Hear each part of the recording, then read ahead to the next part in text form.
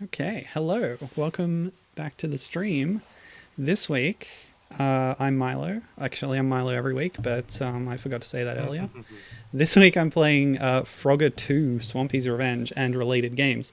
And to help me, I've asked my good friend Gibbon to come and commentate with me. Hello. Hi. Hello. Gibbon is, I would say, a Frogger expert. No, a Frogger fan, let's say. I know a bit about Frogger. Well, I hope so, because I know next to nothing about it, except what I've researched. That's fair. I've just played a lot of Frogger, it turns out. Well, let's see if you've played the particular games that I'm streaming today, starting with... I haven't actually played the Game Boy Color one, so I don't know. Well, here's the thing. There's two Game Boy Color ones. Oh, God. Okay. Yeah. This first one is a colorization of a Game Boy release. Of course, Frogger was originally an arcade game. It's by Konami. Hold on. Just going to adjust the volume a little bit. Okay. Okay. Sorry. Hold on. I've got a few bars to tweak here. Alright, that should be okay. Yeah, so Konami was an arcade game. It got ported to a ton of different platforms, including the Game Boy. And something that Konami did in the early 2000s was the Konami GB Collections. These were released in Japan and also Europe. And they contain colorizations of some of their Game Boy games, including, Castlevania installments. There's a Parodius here. And other stuff. I've played one of these on stream before, Motocross Maniacs, which was on one of these collections, but this one has a newly colorized version of the Game Boy port of Frogger, so we'll just do a round of that or two to show you the basic gameplay before we see how Frogger 2, Swampy's Revenge, iterates on this base gameplay. The second Frogger 2, appropriately. Exactly, yeah. There was an earlier Frogger 2 on various platforms. There was a later Frogger 2, and I'm sure there'll be a fourth one someday. What's the later one? It was a Xbox Live Arcade Frogger 2. Okay. I think, it wasn't anything special. Fair enough. Yeah. Pulling up a screenshot, it is what I remember it to be. So if you've played or seen Frogger at all, you'll be familiar with this. The two screen setup is unique to this version because of the smaller screen size. So they have the two different gameplay phases. Yeah, it's not a bad way to do it. To compensate for the sort of zoomed in camera that gives you nice depth of view. And of course, I have played a Frogger variant on stream before in my... what was the title of it? It was like sequels or ripoffs of 80s arcade games that now have a heroine character. That was the idea of it. And I played Lillie Frog, which was, I think, a European-made arcade game, which I still am not clear on whether the Lady Frog is actually the playable frog or not. Fun times. Oh, see, the little icon that appears in one of the wells is a bonus, and like this. Oops, I missed it. Yeah, anyway, that's basically it. Let's move on. Now what I'm going to show you is a standalone Frogger release for Game Boy Color. Once I capture the window. So we'll just see a different take on the basic Frogger gameplay on the same platform. This one published by Majesco. I couldn't, when I looked up who the developer was, it just said Konami. Oh, here we go. So Hasbro's involved? Yeah, there's a lot of... Hasbro was the publisher.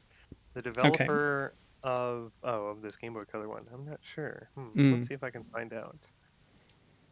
I do know that looking at the credits on Moby Games, one of the particular devs, David Lubar, programmed this and also did design and programming on Frogger 2 for Game Boy Color, which we'll get to in a second. So this is that frog design you saw on that splash screen is oops. Is one of the early depictions of how Frogger looks, but he's changed a lot over the years.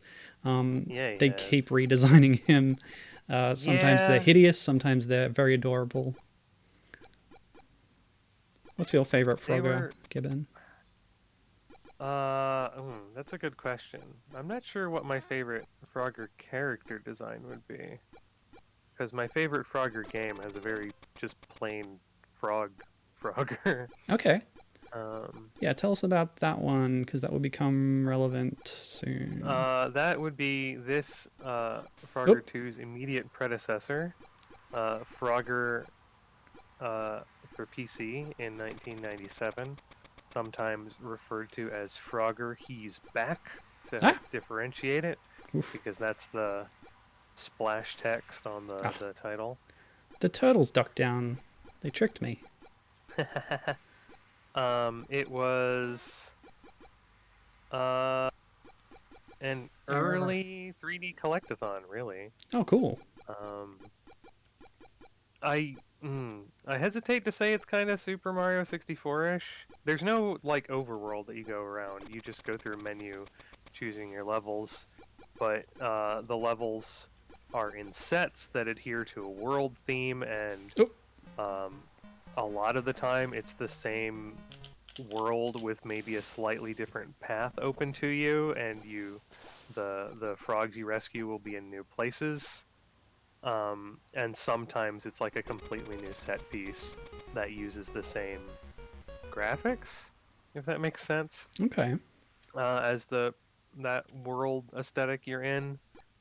So similar to how like the 3D Mario games are set up in that respect. I really don't think I was overlapping that hitbox. Going around, and you have to save 5 young frogs in each level. And there's some other collectibles and goodies and unlockable worlds and yada yada yada. Yeah, it's fun. I played it a lot back in the day. It was one of the only, not the only PC games I owned. One of the only like CD games I owned. My family was kind of late getting more advanced computers and video game systems, so I had like an Atari well into like the N64 era. Oh wow, cool. And a Commodore 64 and an old black and white Mac. Ooh. So I was playing stuff like Oxid Magnum. There's that sneaky gator I was warned about, by the way. Oregon Trail. And I saw Myst for the first time at school on the school's fancy advanced computers sort of things. And, didn't have internet till late because we didn't have a computer that would run it. That sort of thing. Man, those hitboxes are finicky. Yeah, they are a bit in Frogger. As you can see in this version, they've squished the graphics a bit to fit everything on one screen, which I think probably makes for a nicer experience overall. But they've also gone for a slightly more realistic graphic style. Field of view, bigger, discernible sprites from the previous one you were playing is better, personally. Okay.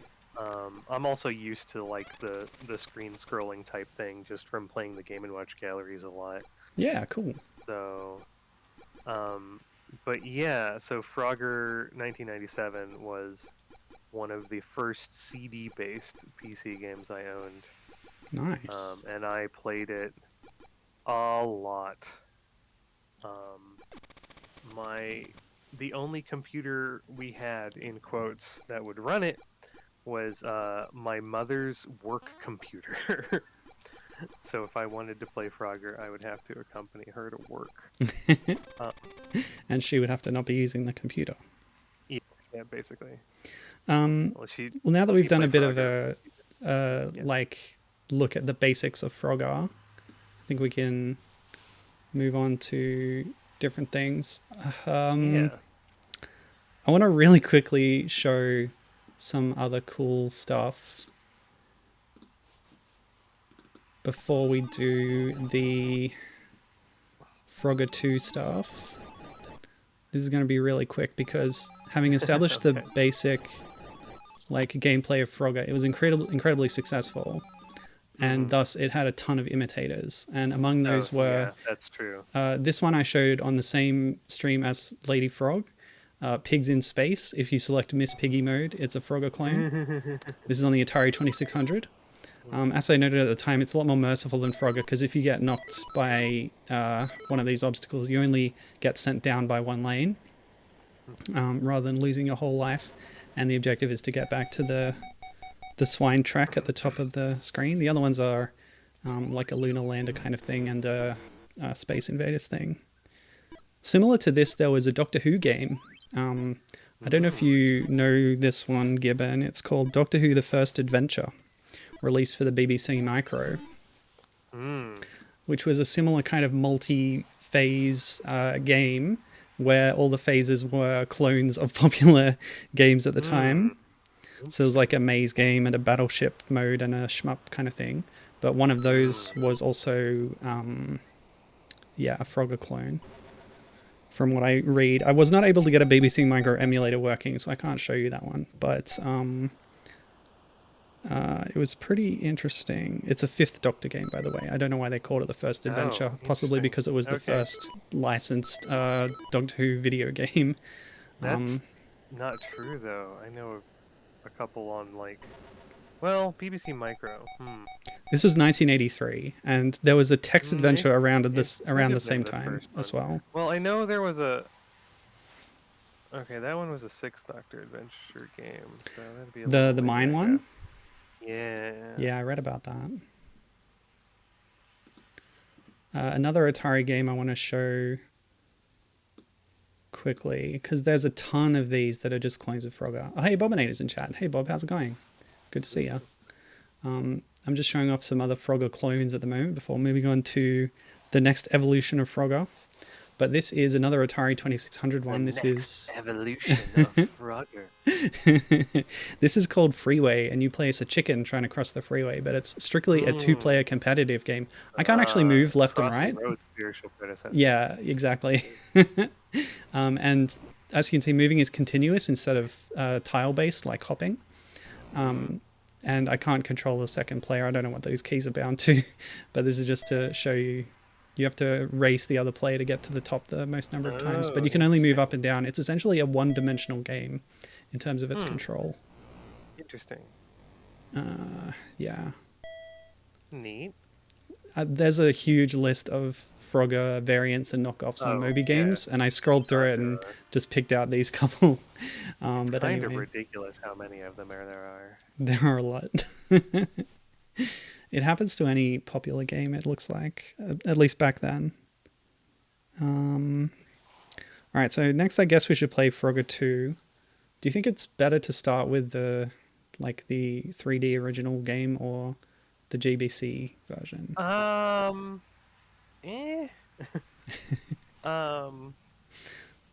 I know nothing about the Game Boy Color one, so yeah. Well, actually, yeah, the Game Boy Color one's probably better in terms of transitioning out of that early era because it does hew closer to the style of early games. Imagine that to be the case.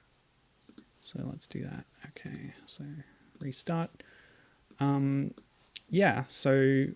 Gibbon was talking about Frogger. He's back. Yes. This is kind of the follow-up to that, Frogger 2 Swampy's Revenge. Yeah, it's good. I like Swampy's Revenge. It has like an actual cast of characters. Well, maybe a cast of characters is a bit too generous. It has more characters than just Frogger in it. Yeah, exactly. They started expanding the cast. It's got like a linear level progression and kind of eschews the format of the 1997 game. Cool. Yeah, I haven't played it at all yet. I've just checked that it's working. Okay. So I'll be interested to see how the 3D game takes it. But when they came to do a companion game on Game Boy Color, this was the result. I'll just quickly draw your attention to the stream layout. On the left and right is the box art for the console game, or rather the PC version in this case. The UK version is on the right, which displays the second playable character. This is Lillie Frog, who is introduced in this era of the franchise. And gosh, they look a bit weird in this version. But in the options menu, you can choose to play as Frogger or Lillie. So we're going to pick Lillie. She's just pink Frogger with some blue pigtails. Yep, basically. I mean, that's basically her design in all the games she appears in. Not all of them. When looking up this kind of stuff, I saw designs for her that actually you'll see it later on in the stream, but she exists in other versions of the franchise with a different character design. She like I was saying before we went on air, this game marks the beginning of Frogger continuity that would carry over for the next several years, like 10, 20, we'll call it 10 years.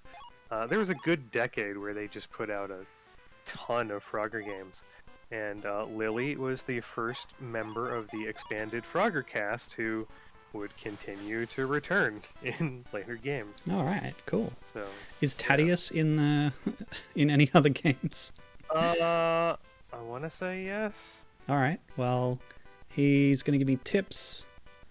I think you know what to do here. Avoid cars, ride the logs, and don't fall in the water. Good luck. Oh, no, Thaddeus is not. There's a similar wise older man frog who... It's a common archetype. Appears later. Yeah. So this setup should look familiar, but here there's horizontal scrolling as well as vertical scrolling, and it's not flip screen either. Oops. Thaddeus is a good name. In fact, that's another thing I should mention. There's Konami wasn't great with the quality control on this series. And that includes the localizations. So you have some characters who just have different names in the localized versions, even though they would consistently be the same name in Japan. So, like, Dr. Wani, who doesn't appear until later in the series, was sometimes like Dr. Croc, or Professor Crocodile, or so on and so forth, depending on what game you're looking at, and stuff like that. So for all I know, Thaddeus could just be the same as Uncle Lumpy or whoever. This is an excellent point, yeah.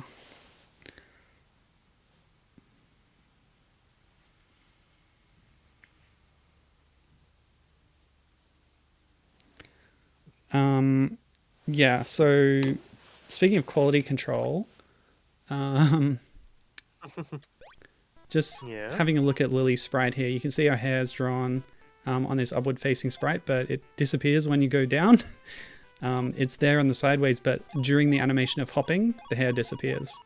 So it's kind of a hastily recolored version of Frogger's sprite, clearly. Yeah. She looks kind of like a Muppet when she's... Yeah, you're not wrong. So yeah, you can see how they've taken the basis of the original Frogger but expanded it out. There's collectibles to grab, there's a much larger area to traverse, as well as NPCs and some sort of plot, which in this case involves rescuing baby frogs. They didn't really well establish who the antagonist is, but you can tell from the console game that Swampy, from the title Swampy's Revenge, is a baddie, I guess alligator, not crocodile. Yeah, Swampy is ostensibly the crocodilian or alligator or whatever that you are hopping on in the original Frogger and presumably the 1997 game as well. And he wants revenge for this gosh darn frog hopping around on his back all the time. This is the only game in the series where there's like there's Dr. Wani, the evil K. Rool type in later games in the series, but this is the only game that like Swampy as a concept exists. Like they kept that the alligators were enemies in later games, but this is the only one that's just like Yeah, it's literally that alligator that's swimming in the levels. Yeah. He's mad at you. So we got a Rather tip than there. a general concept of enemy alligator species. Ooh, thank you. Oh, can we put that in the fridge for later? Oops, I didn't listen to the advice. Snakehead, make frog dead. Snake back, can't attack. And I didn't get all the gems. I wonder if that's going to affect something. Probably not. Nope. Meta sat on the cushion. So cute. And yes, I'll be using rewinds on my emulator to get through this. Oh yeah, I see that this one is just sort of a get to the other side thing, as opposed to getting the 5 slots full, or rescuing the 5 baby frogs, or whatever the case is. It mentioned 5 frogs earlier, but I haven't seen any evidence of them really. Well, I want to... yeah, that might just be carryover from the console version. Oops. Frog Because Ghost. since the console version was in the engine of He's Back, there's some carryover. Oops. So you still had the rescuable frogs scattered throughout the levels, but I'm trying to figure out how to describe the levels. I almost want to say they're like Crash Bandicoot-ish in concept. Yeah, that kind of that makes 2.5D stuff I find pretty fascinating. Yeah.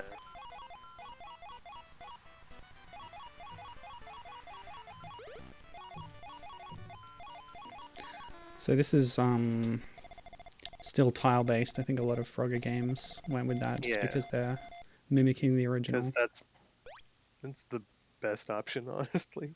Well, yeah.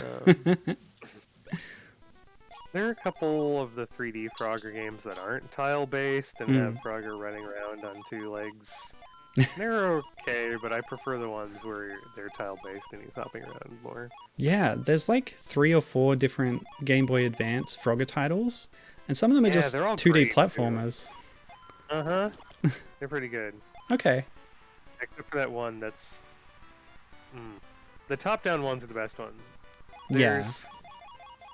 There is that one notable side-scrolling 2D platformer, which I think works better than the 3D platformer that it's an accompanying game to. Was that The Great Rescue or Frogger Beyond? I can't remember which one it was. Yeah. It's the one with the really ugly Frogger design. Yeah, Frogger Beyond marked a bit of a turn for the character design, I think.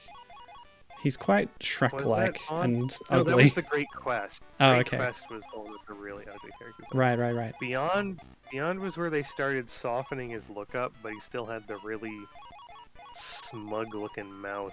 And then, he gets humanoid and starts wearing clothes around that time. yeah, Frogger Beyond's were... Well, the Great Quest is where he starts wearing clothes. And Frogger Beyond is sort of like they keep this... He's wearing the same clothes, but he's drawn in a different style. And it was... A sort of cuter, more Frogger anime Adventures? style, I would say. Yeah. I'm trying to... Was it Frogger Adventures? Frogger Adventures 2 kept the Frogger Beyond aesthetic. I guess it would be Forgotten Relic would be the first one that uses the really... I think the best version of that look that they would keep for the handhelds and the console games for the next, like, 5 or 6 titles. Oh, what's this? I don't know what that was, but I picked it up. Oh, okay. It's an egg timer that refills your time bar. Ooh. Don't really like the concept of a time bar in general. Yeah, I get it though. You don't want to have people wait around forever for a good pattern. You want to have them take risks and get to the other side. The pond is a lot like life. It's not always best to jump at the first opportunity that floats by. On the other hand, if you wait too long, you're sunk. Oh, very sage. I did mention lack of quality control in the sprites before, but I do want to say that I do like some of the effects in this game. The kind of water currents look really cool. Oh boy. Yeah. Okay. That was clearly the wrong move. These turtles are all going up and down at the same time, so... Yeah. Okay. Cool. So this is not 100% gems run, but that's okay. Yeah. Ooh, I found a bonus round. Whoa. We have a completely different tile set here. There's a moving belt, glowing cauldrons, and no way out. I guess you just have to die, maybe. I don't know what that sign does either. Because the flag is a checkpoint, but the sign with the C on it, I don't think is. I think if I'd owned this, I probably would have played the heck out of it. Yeah, it's quite good. Especially if you're a Frogger fan. I like how much it expands on the formula. It kind of reminds me of Ms. Pac-Man Maze Madness, which I played once on stream. I don't know, I might like this better than the console one. Because the levels are still... There's options on how you want to get through. Well, maybe not options, but... Okay, that's... I like the top-down view and how the levels are constructed. Let's put it that way. What do you think these little enemies are? Like the console game, but, those are bats, right? There's a bat, but there's also a little crawly guy. Oh. Good question. Maybe a spider? beetle? Yeah? Maybe? I don't know. I imagine questions like this will be answered when we play the console.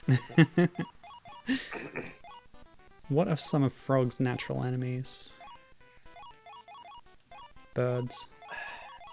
Most of the enemies in 1997 game were... What? To end the bonus round, you have to find... I guess it's Frogger, or maybe this is one of the babies. So we've actually saved a baby. Ooh, nice. Oh, so they're like Chaos Emeralds in this one. I think you just automatically get sent to the bonus round, though. You don't need to track it down. Ooh, the Gator King's lair. Frog. Already. Obviously laid by the giant tadpole. Alright, so we're in a new tile set now, again. For a new world of levels. Ah! Oops, I was greedy. Weird. Okay, stay away from the gator head. Look at those gators.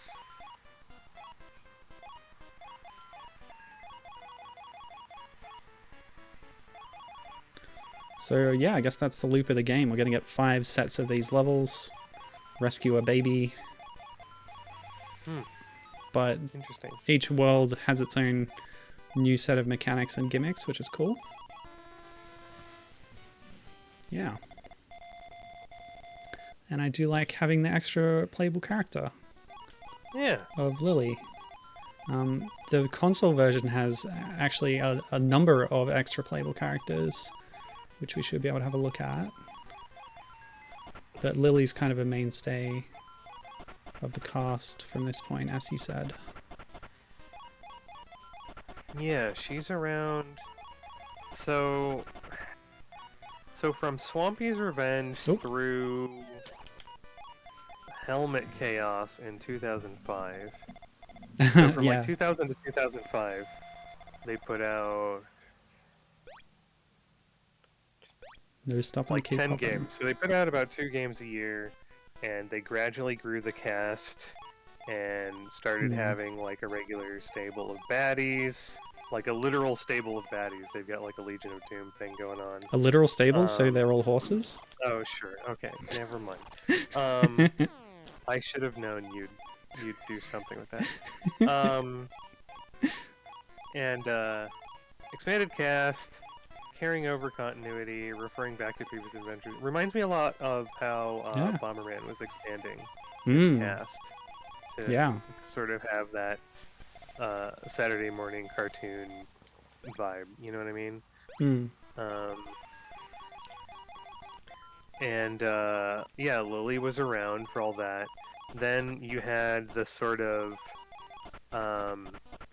Xbox Live Arcade sort of era, where you had, like, you know how they were doing the Pac-Man revivals that were takes on the classic arcade game, but with like neon lights and turbo modes and stuff. Championship edition. Yeah, that sort of thing. Yeah. They did that sort of thing with Frogger for a little bit. The old frog is now telling me something that I just learned during the gameplay segment by playing the game. Nice. Cool. Could have explained it beforehand, buddy. Yeah, you probably should have. So you had sort of like Frogger 25th anniversary on Xbox Live, and then something's wrong. Oh, I did that all wrong. I set up this border thing stupidly. I've actually cut off part of the screen. Sorry, I fixed it now. Ooh. I wanted to have a buffer at the edges of the thing before at the edges of the gameplay screen before the cover art, but I messed it up. It's okay now though. It's fine. Okay.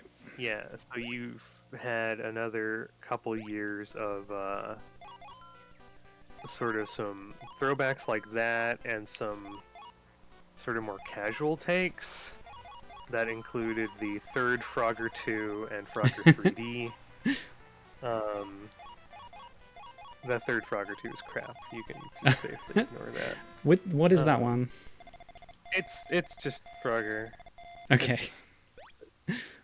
It's not ambitious at all. It's an Xbox, really, really low budget Xbox Live Arcade title. Frogger 3D for the 3DS is probably the most impressive title for that period, although there was, what was it, Toy Trials on the DS?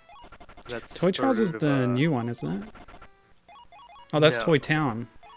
That's Toy Town.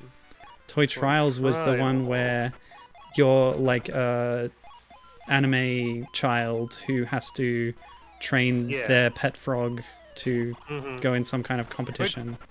Not a bad game. I enjoyed it, but like didn't carry over any of the characters or anything, you know.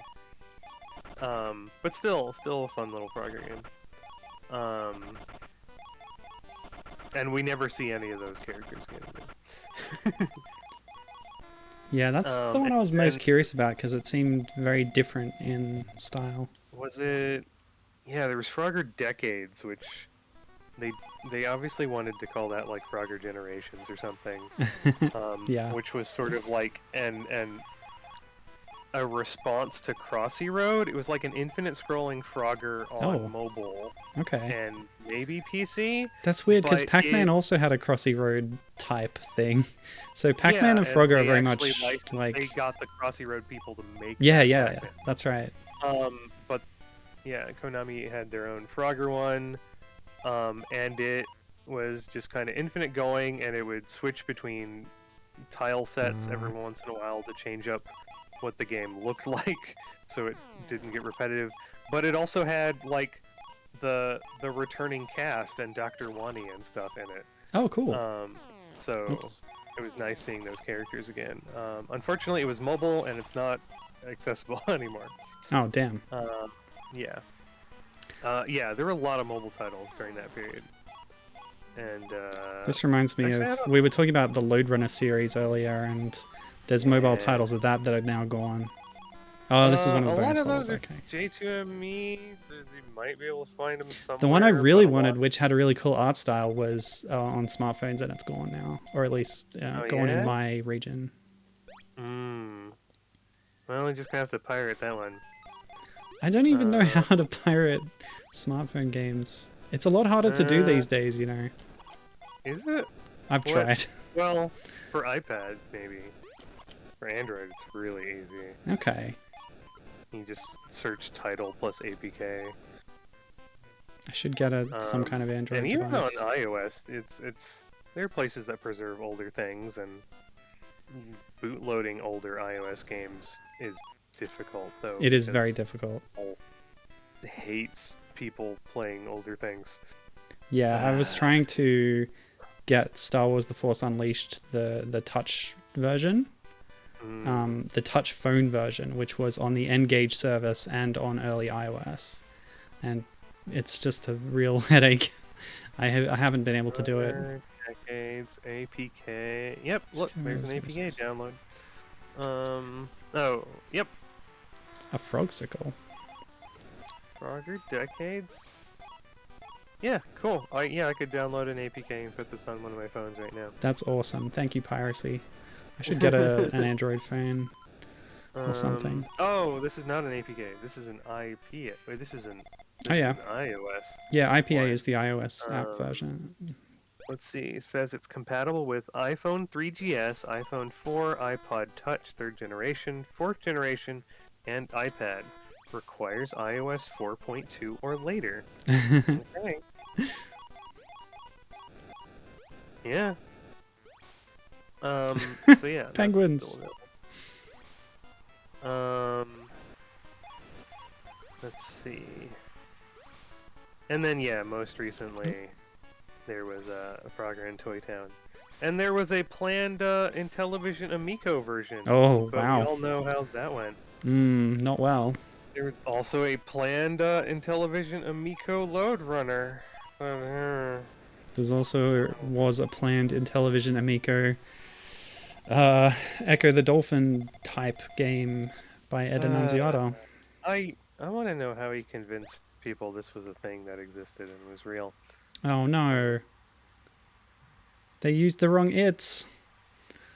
Oh no. Misplaced apostrophe. This is the greatest crime against humanity. Anyway. Yeah. What a mess that Amico thing is. That's an apostrophe that shouldn't even be there. Yeah, that's right. I misspoke. Well, this is a bit more of a puzzle, although it's very easy to die by going the wrong way. Yeah, basically the last time we saw the expanded Frogger cast was 2011. Oh, that's a shame. And they kind of slowed down on putting games out.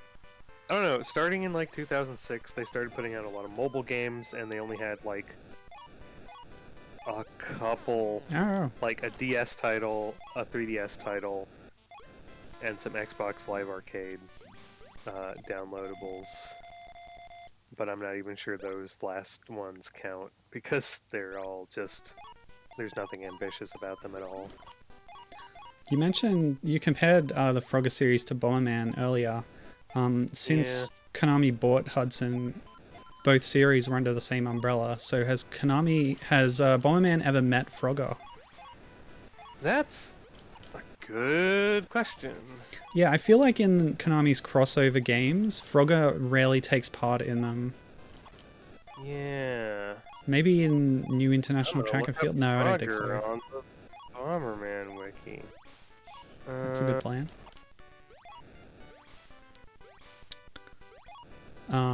Bobinator in chat is asking, did any of you guys see the 3D platformer The Great Quest? It's very, very uncomfortable, for lack of a better word. Yes, we were talking about that a bit earlier. That's the one with the really... That's the one that looks like Shrek, as Milo was saying.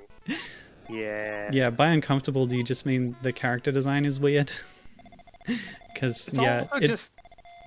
It does not preserve the spirit of Frogger very well. It's a 3D platformer, but like if it started different character, like it's not like Zapper where it's like, oh, this is just Frogger without the license. Like this is the opposite, where it's like this is a different game with the Frogger license put on it. Yeah, I see what you mean. We will talk about Zapper later, I guess. We could talk about it now. So yeah, while I was researching this, I found so the console version of this game, Swampy's Revenge, was made by Blitz Games, and afterwards they went on to make a game called Zapper One Wicked Cricket, which by its mechanics and such seems to be very much a spiritual successor to their Frogger game. Yeah. Just without the license. So what I think happened is they were making Frogger 3 and they didn't, come to an agreement with the license holder. Well, looking at the release timeline, Zapper came out in 2002. Swampy's Revenge was 2000, and there were 3 Frogger games between Swampy's Revenge. Oh, really? And one Cricket. Okay. Yeah, I saw Frogger Beyond was around that same time. Oh, okay. I see what you mean. You keep confusing Beyond and Great Quest. Did I? Oh, well. Great Quest was 2001, and there were a couple handheld spin-offs to accompany that. But yeah, those were all between Swampy's Revenge and Zapper.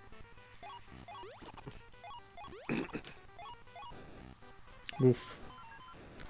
That was very close. Stream delay. I'm waiting for you to die. Nope. Oh, you made it. Nope, never mind, you didn't. I did eventually. I knew you were a bit delayed, go. but that was a very tricky jump at the end there, and I was running low on time. Feeling the pressure. All right, here's the end of World 3. What?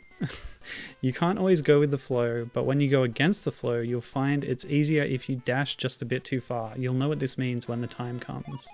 Well, I guess they're giving you the hint before it would be relevant in this case. So Bob was clarifying in chat. Let me put it like this. The main plot is that Frogger is... okay.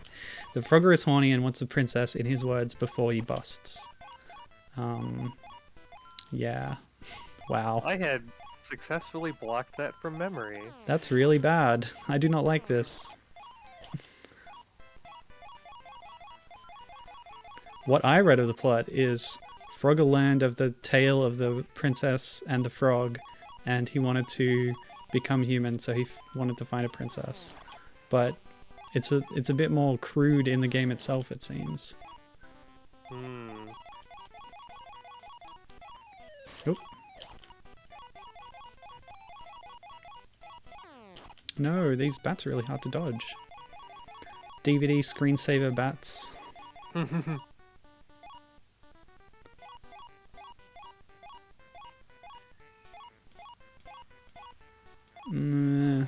Dope. Okay. No. Okay, oh boy. Wait, how do I get back? Like that. Looks like Frogger's in a different palette now. This might be... I guess this might be the baby, because they're all different colors. Anyway, yeah, I assume that's what's going on. It kind of looks like the baby explodes. Oh yeah, judging by their screen, that's what's happening. But no, the baby did not explode. I guess they were just teleported away. Whoa. They've crudely edited some kind of anorak raincoat onto the Frogger's Oh my goodness. appearance here. And is that like a firefighter hat? You should be seeing this in a second. Yeah. There you go. Also notice the one stray yellow pixel on the lower left corner of Frogger's mouth. Yeah. I hadn't, but now I can't not see it.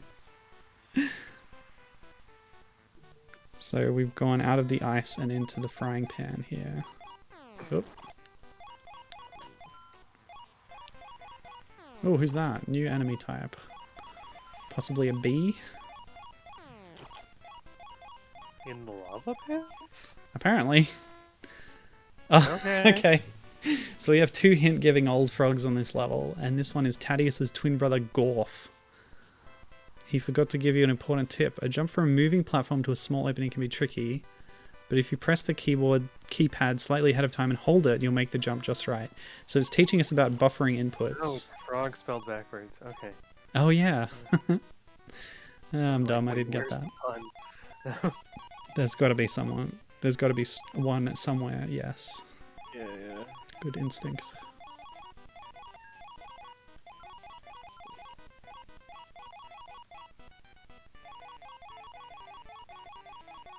Ooh, okay.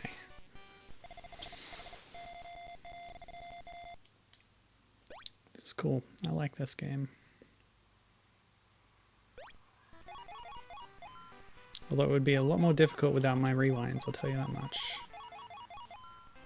They're not incredibly generous with the extra lives. Oh. No.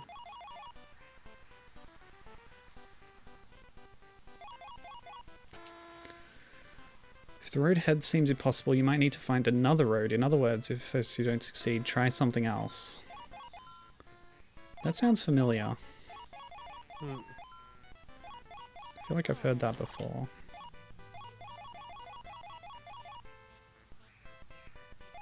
Okay, I think that's what he was talking about.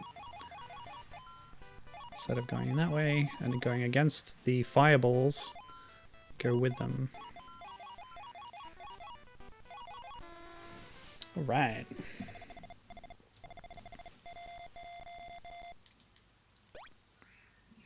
If I don't get through, I think I'll get fired. Hilarious. Hilarious. Oops. Yeah, it's even worse if you just hop straight into the lava.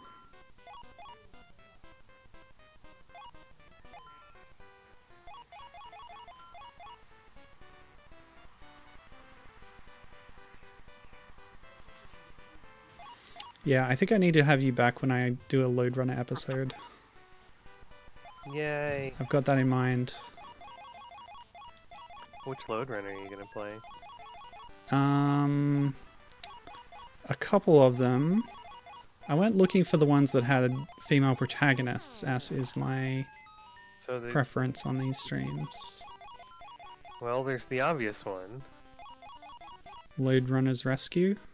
Yeah. Yes. A couple of the ones have options, like the fantasy-based one on the, I think it's the SNES. Yeah. And maybe a couple others too that I do not recall off the top of my head.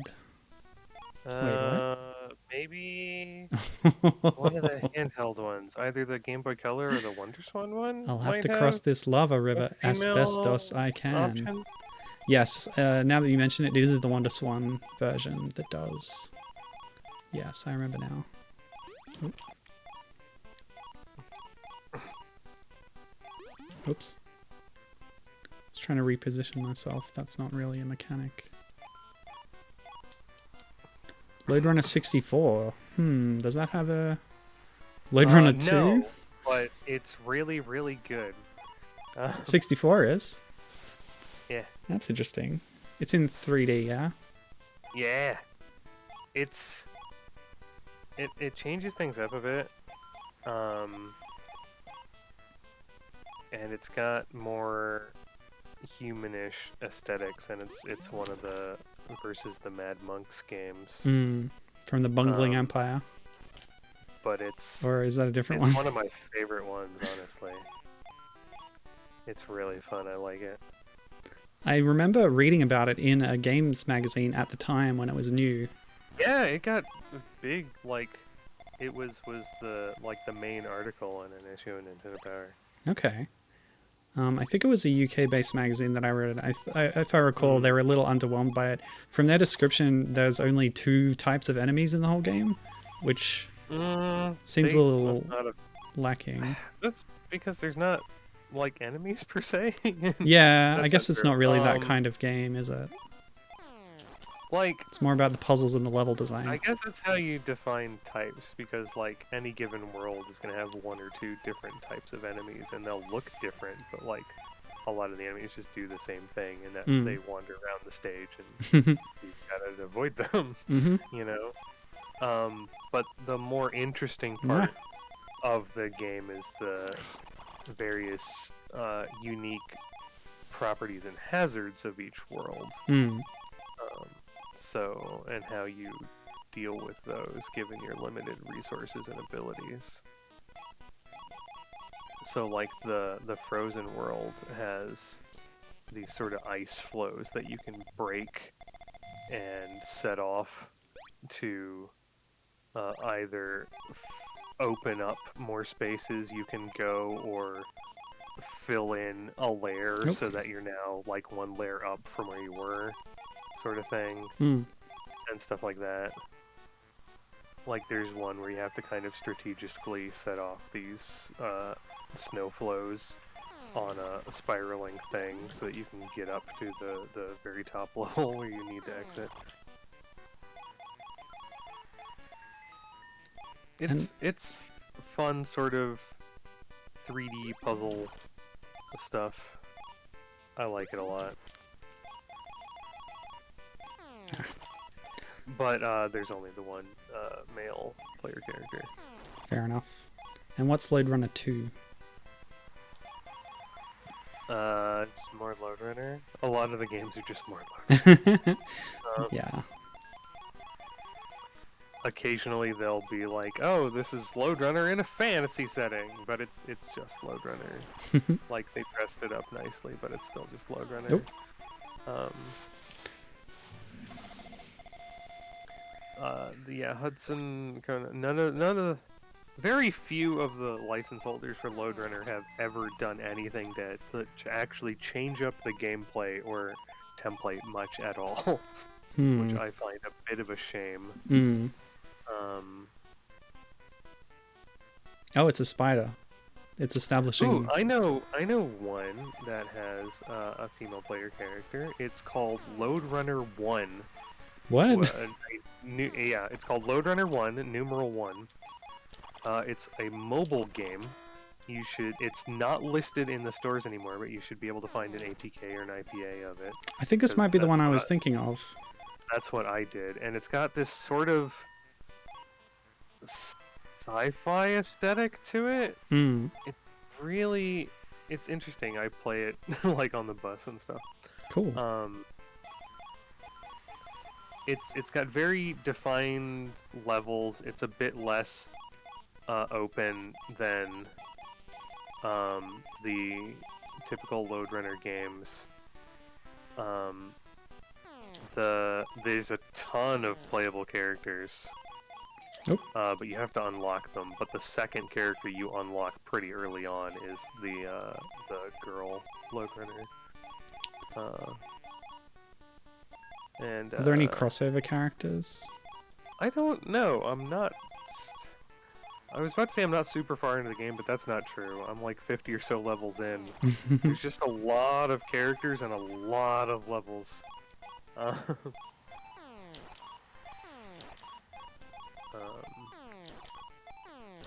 Yeah, it's really interesting. I'll send you a link to it. Thanks. I might be able to put that on my iPod Touch, maybe. One of my problems with The Force Unleashed was it's too old and the software doesn't support things that old anymore. So maybe something newer would be more doable. Yeah, I'm sending you the key art on Discord.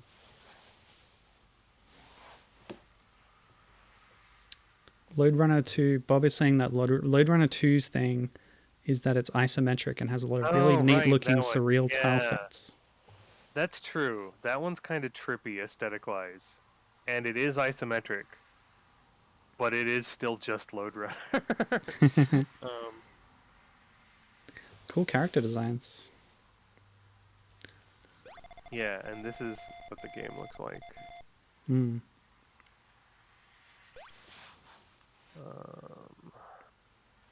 Yeah, this is the one I was looking at. I remember this. Do you already have a download of it? No, I don't. Cool. I'll send you a page where you can download. Thank you. Mine cars, okay. Oh wow. Head wren hawks, always nice to frogs. Okay. So in this case, the minecart tracks are electrified and they work like the rivers, and the minecars are the turtles or whatever. Yeah. Loadrunner 1 is notably not listed on the current license holder's big history of the Loadrunner series. Oh, weird. Yeah. And why is it called Loadrunner 1? I don't know. Maybe it was supposed to be like the first in an ongoing thing. It got delisted really quickly. Oh, that sucks. I think it might have just been a victim of circumstance. Because it went up like very shortly before the current license holders got the license, and it got taken down like almost immediately, and Loadrunner Classic got put up. And yeah, I don't know. The Loadrunner licensing situation is confusing and headache-inducing. Well, the history of it. I guess the current license holders is pretty clear-cut. Also, I don't like. Was it Hudson who had it, so Konami has it now, or is it something else? No. Konami... Hudson had it for a while. Yeah, because the origin of Bomberman is just a Loadrunner spin-off. Yeah. Well, yes and no, but yeah. There was a Bomberman game that predated Loadrunner and had completely different designs, and nobody'd ever heard of it before.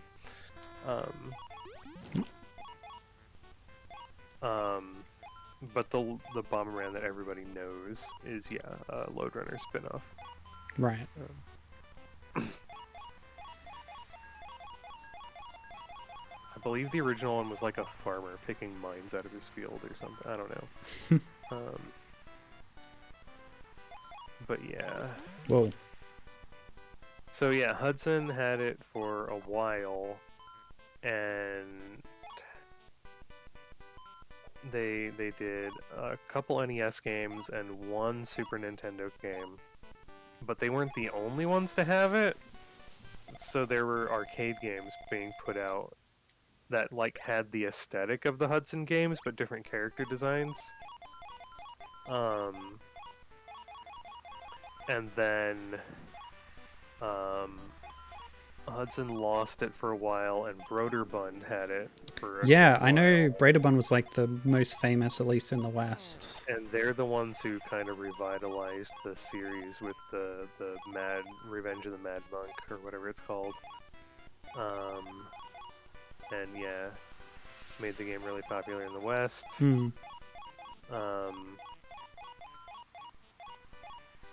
And then Hudson briefly had it back on the GameCube and early, like late GBA, early DS era, and did Cubic Bomberman, Cubic Loadrunner, and Bomberman DS, and had sort of a unified new version of their classic NES design that's just fucking adorable and really cute.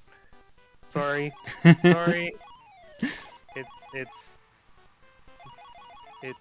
very, very adorable. Gibbon has a salty sailor mouth. Expletively adorable.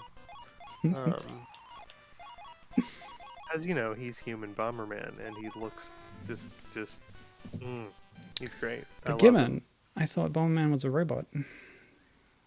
Yeah, he becomes human at the end of the game, Pinocchio style. Oh yeah, he does too.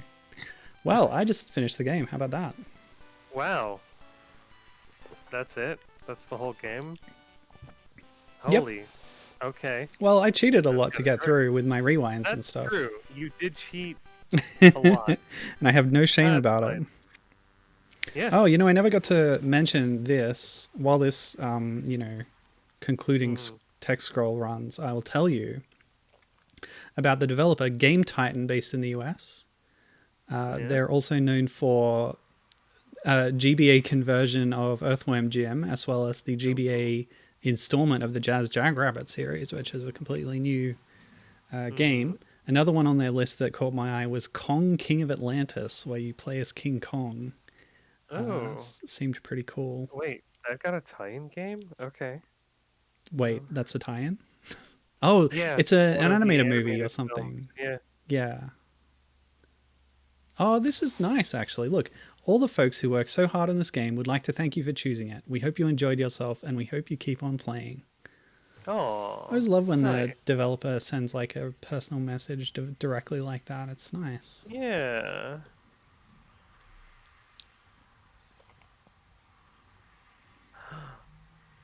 Oh my goodness, there was a Frogger pinball. Ooh, like a real table? No, it was a mobile thing, and the Oh, okay. aesthetics are really weird. Okay. But like, it's got Lillie and Dr. Wani and stuff in it. Ooh. Still from 2011, so 2011 is like the last time we saw those characters. Still, Right. but um, Wait, it's what is this?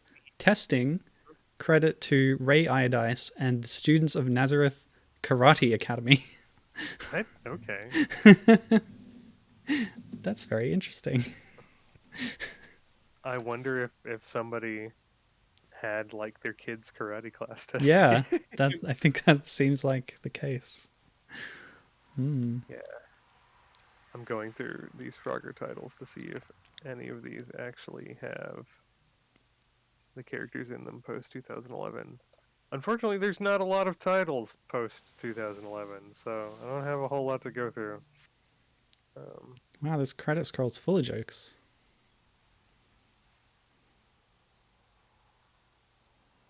No frogs were harmed. That's all. Hop along now. Okay, well, it's telling me.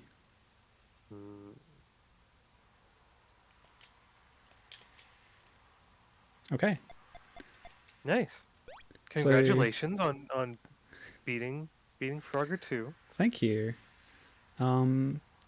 Yeah, it looks like you get icons here if you beat it in time. I thought timeout would actually kill me, but maybe it's just for a bonus or something. Looks like Lost Mines was a shorter world than the rest, and maybe if I got all the diamonds, I get an extra I should icon. have known a bunch of these. But you can also go back to any level on its own. That's A cool. bunch of pretty much all of these 2010s Frogger 2010s Frogger games are casino games. Oh, really? Yeah, Konami. I'm not even gonna put them on my list. All right. Well, now that we've completed Frogger 2, let's look at the like proper version of it that Yeah. was made that this was tying into. So we're now going to fire up Frogger 2 Swampy's Revenge, and I'm playing the Dreamcast version. So I have to get out my... Any particular reason you're playing the Dreamcast version? I figured it would look nicer than the PlayStation version, and it's easier to emulate than the PC version. Fair enough. Because the I actually Dreamcast... spent about an hour before this stream trying to get He's Back to run on my computer, and decided it would just be faster to emulate the PlayStation version. Yeah. Okay, so I just have to crop the window properly. Why is it? Oh, yeah. Okay, I know why that is. So, okay, this is Redream, the Dreamcast emulator.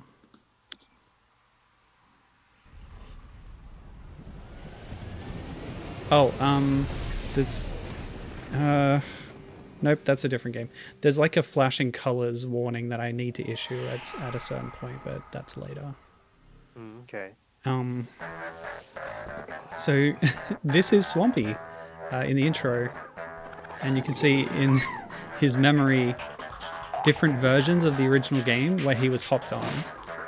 This is something Gibbon alluded to earlier. That's the 1997 game. Oh, cool. So the first... Yeah, the arcade game and then the 1997 game. So that's what it looks like. Good. This is a play on the intro of the 1997 game where Frogger is kind of freaking out on the street. Cool. I'm glad you're here to tell me this stuff. I didn't do much research on that 97 He's Back game. Bob, if you're still there, I'm wondering if the audio level's okay. I've got Gibbon and the game on the same sort of track. So I don't know If I can change Yeah, good question. system. Oop. It is a little past 9 in my time zone, which means I need to take my pills real quick. No worries. So I'm not going to be talking for a few minutes. Okay, that's fine. So, this is Frogger 2, Swampy's Revenge. There's a lot of stuff to explore in this menu screen. You can croak and lick with your tongue to eat things in the menu screen. So it's like fully interactive, which is kind of fun. I don't really know how the multiplayer mode works, but what I'm going to do is just hop into the story mode and see how that goes. And get used to the Dreamcast controller. So this will give us a bit more context on... Okay. Well, it already has. I guess there's no additional context yet. But, wow, okay, we've got all sorts of different mechanics. Eating bugs, super hop, and a double jump even. Goodness me. This is so much more in-depth than the Game Boy Color version. Yep, all of these mechanics carry over from the previous title. Oh, awesome. Okay, so this is like a sonar. They will respond to your croak. Yep. I like that. Whoops. I died. But I came back. I hope there's not limited lives, because... Oh! Watch out for Frogger's enemies. That was... It looks fake, but it's a real enemy. It got me. So, you've played the PlayStation version of this?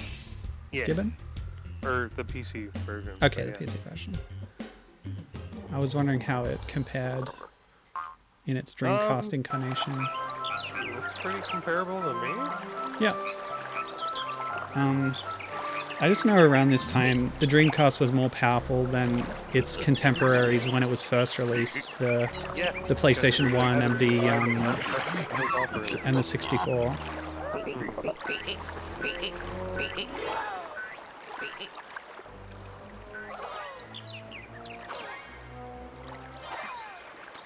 Oh no, the baby frogs. So are these baby frogs the offspring of Frogger and Lillie? That seems to be what's implied. I read on the wiki that at least at some point in the franchise they were considered Lillie's siblings or something. But I don't know what the deal is with this particular game.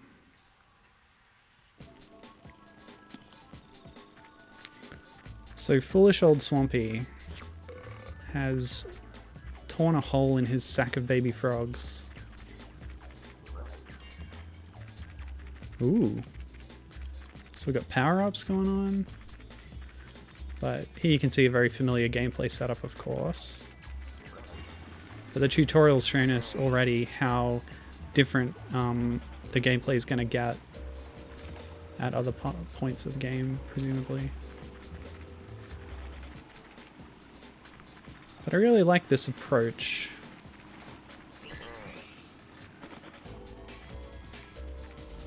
What's this about? Oh, a secret room. Okay. This is so different. Clearly they were really going back to the roots with the Game Boy Color version, although iterating on it and making it more interesting with new mechanics and level design and stuff. But this one's very different.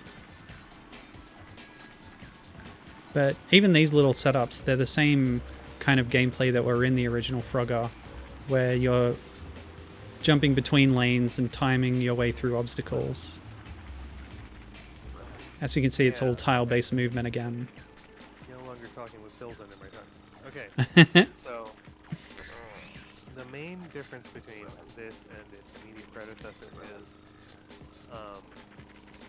this is sort of a linear level where you're going from point A to point B and collecting stuff on the way, whereas the previous game was more of a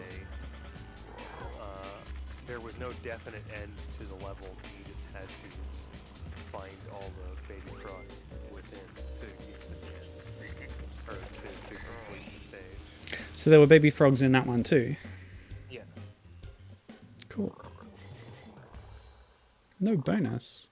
This is just like Crash Bandicoot, where at the end of the level they're like, "Oh, this is how many crates you missed. You suck." Yeah, that's why I was saying this is sort of Crash Bandicoot-y. Oh wow. I'm getting a lot of cutscenes on this. This is cool. Yeah, I think they were going a little crazy with the cutscene technology. You think they went too far with it? I noticed the designs in the cutscenes are a little different than what appears in the actual game. Yeah, you're right. Swampy looks very strange for an alligator as well. That was not at all uncommon during this era because cutscenes were often farmed out to different studios. Yeah, in some cases they still are. Area, yeah. Oop. Oh, so I didn't even really notice, but we were playing as Frogger, but now we're by default playing as Lillie in this level. So it looks like they have their own sort of phases of the campaign. I know there's other playable characters, but I don't really know how they figure into the campaign itself. I can't remember, honestly. It's been a minute since I played this. It might just be part of the multiplayer, but I found some codes online that will unlock extra playable characters. So I'm going to try those out in a minute. Baby frog. Ooh.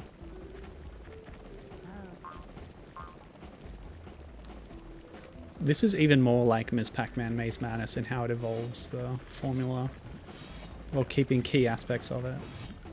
I like these early 3D Frogger games a lot, and I like the later handheld games because they sort of keep this formula, because they can't really emulate the free roam action that the console games were going for a bit.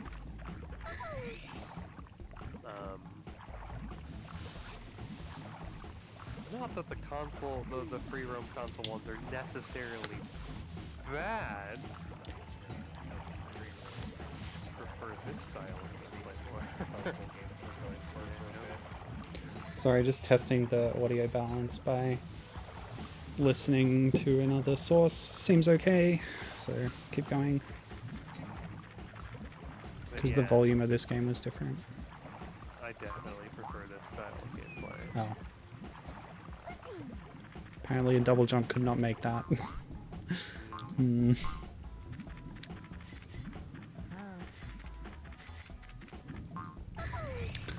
Frogger, oh my gosh. Now this is a set piece. Whoa. So that gap was filled in by a falling stalactite. Oh no! I was not fast enough.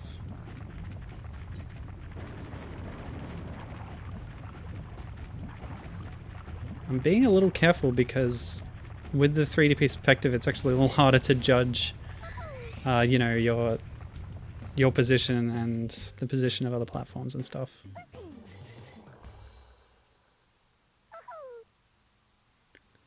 Yeah, but it's all tile based. Yeah.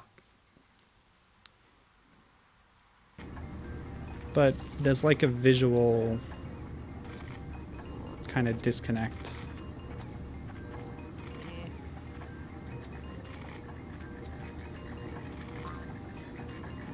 I'm sure I'll get used to it. Anyway, this game was developed by Blitz Games, a UK-based studio. We've seen some of their work on stream before because they also made the licensed tie-in game for The Little Mermaid 2, the direct-to-video sequel, which I played on stream and had to censor out the cutscenes, which were just clips taken directly from the film, which Disney said no, no, no to that particular. Well, boy, okay.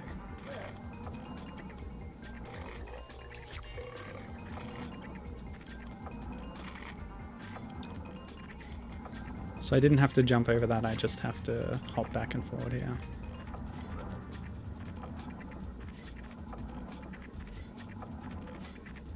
Oh no, why did I do that?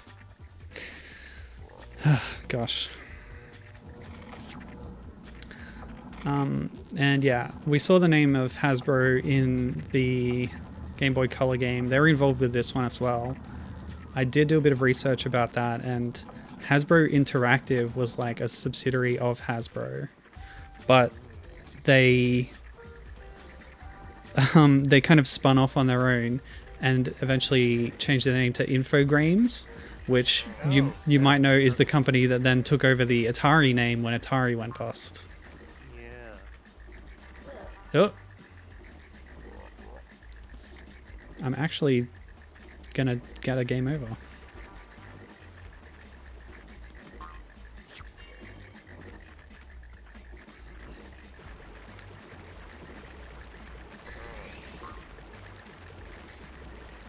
Oh, what? What was that? Frogger like hopped back onto the ground. It was like the game was trying to not make me lose a life or something. Oh, ah! Or just snapping me back into position or something. Yeah, interesting. It was when I was trying to get onto that barrel there.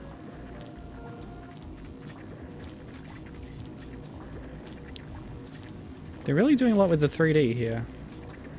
Yeah. Oh, are you kidding? The levels in the previous game get really complex.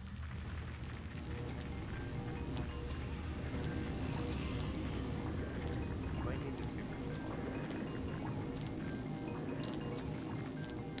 So. Oh, yeah, maybe.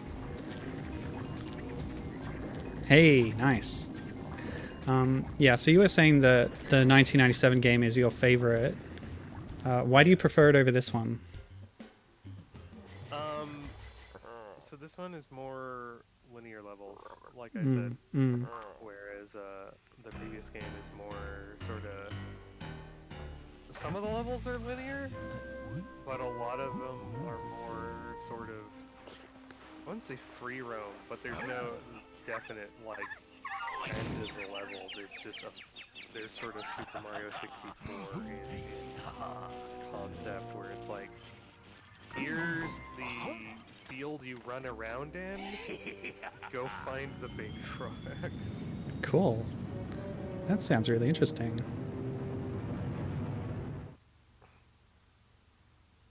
And you just sort of unlock more and more levels as you complete more and more levels, and you unlock them in chunks. So it's like, Oh. you don't necessarily have to do stuff in order. Speaking of Mario 64. Much more linear game in nature, so... Okay. These stone wheels remind me of Mario 64. Can I go back to that after getting that game over? Yeah, I can. Okay. Yeah, anyway, the reason I picked this one is because Lillie Frog is here as a playable character, which I'm a fan of. Since we died there already, I'm going to try entering this code to unlock all characters. Oh, I actually have to do it during gameplay. And I'll see what that does for us. So what it says is pause gameplay, then hold X and press left, right, left, left, left, up, left, left. Character access on. Great. How do I do it though?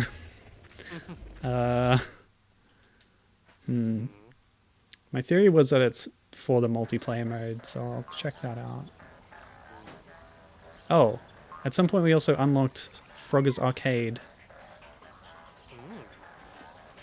Oh, it's just replaying old levels. I thought it might include the arcade game as a playable bonus, like Pac-Man games like to do sometimes. But it's sort of doing speed runs and stuff of levels you've completed.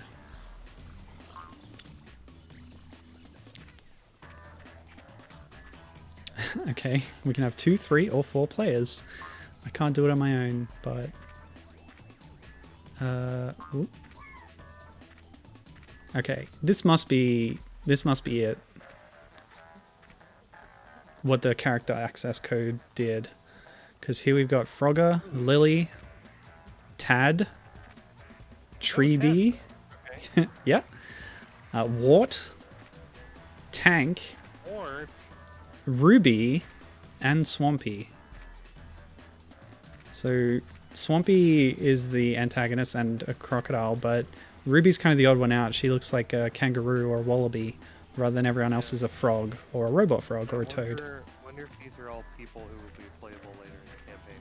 Yeah, I hope so. Honestly, cannot remember.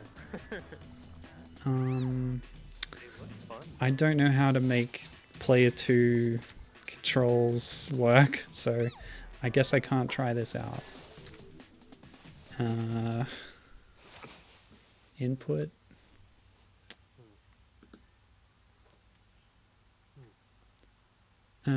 A button, I. Move joystick with WASD. Okay, I'll give it a go.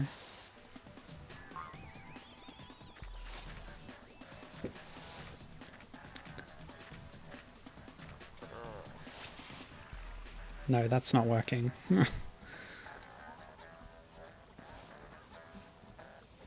Yeah, I can't do it.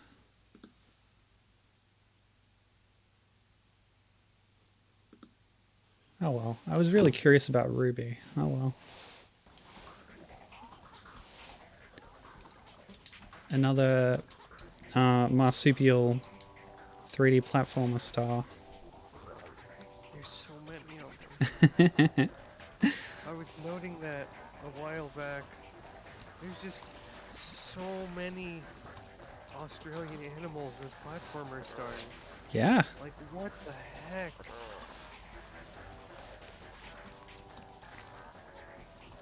Kangaroos and wallabies and bandicoots and echidnas and possums and the Tasmanian tiger and Taz the Tasmanian Devil. that's the Tasmanian devil. Well, I guess I'll just keep playing in the campaign and we'll see if we get any of these other people as playable characters later. For however long I try. Because I've also got some other games that I could potentially play for a little bit.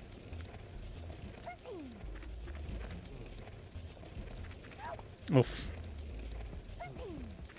These wheels are too irregular and too fast. Ah! Guess I should make my movements a little bit simpler.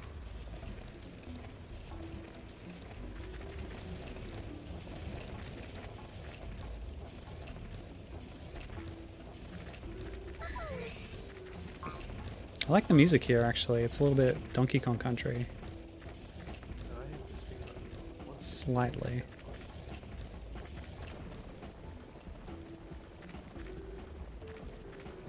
What are these, warthogs?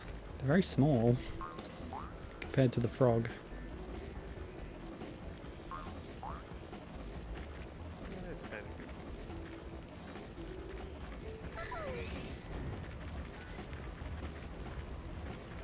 There's also stereo audio separation. There's a lot going on in the audio scape,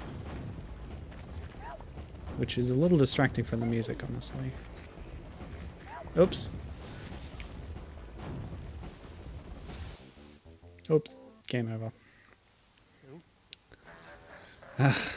Okay, this time more saves coming, I guess. Don't know where Swampy got access to a rocket ship from, but Don't worry okay. about it. Well, if you say so.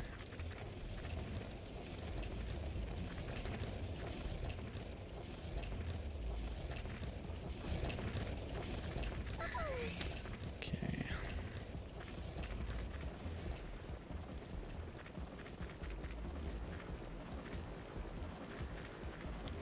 Yeah, I'm a little disappointed with all the later Frogger games that they don't bring back these the extra cast, like you said, and especially Lillie Frog as a supporting character and playable. Yeah.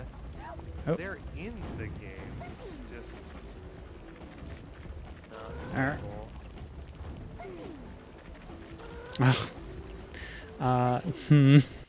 This might be a good time to hit that save button. Yeah, so according to the quick list I've got it down. Up through 2011, you have the expanded cast starting to expand in this game, Swampy's Revenge in 2000, and then the exceptions are Toy Trials in 2006 and Frogger 3D in 2011.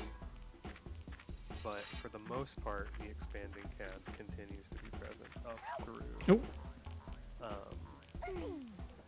decades and pinball in 2011. Interesting. And then there was Hyper Arcade Edition in 2012, and then a bunch of casino games until Toy Town in 2019, which is bad. Oof.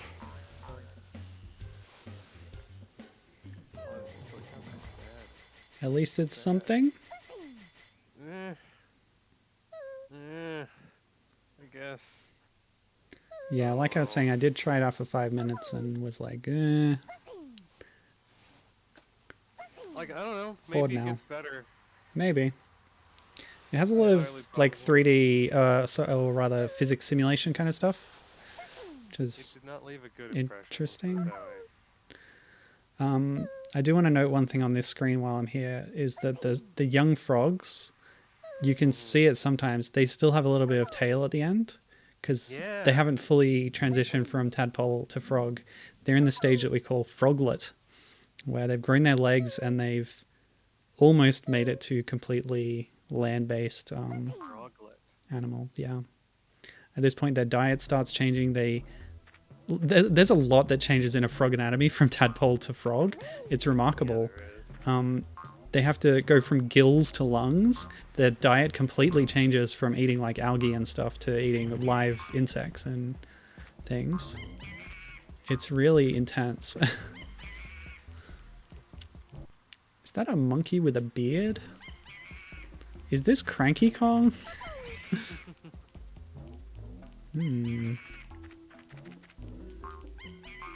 It's making monkey noises. I like what the camera's doing here. We've gone into an almost completely overhead view. Oh! And we might not have Ruby yet, but we have this kind of... looks like a mummified kangaroo. Like an undead mummy that's a kangaroo for some reason. They're very small. Yeah, I just keep thinking of Crash Bandicoot, but watching this. Oh, cool. I'm sliding down a log. Oh.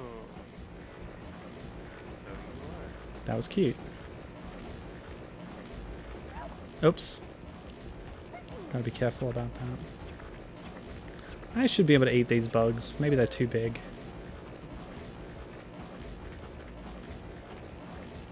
I'll just follow the path of this one. That works. Yeah, I'm watching some Toy Town gameplay, and it's like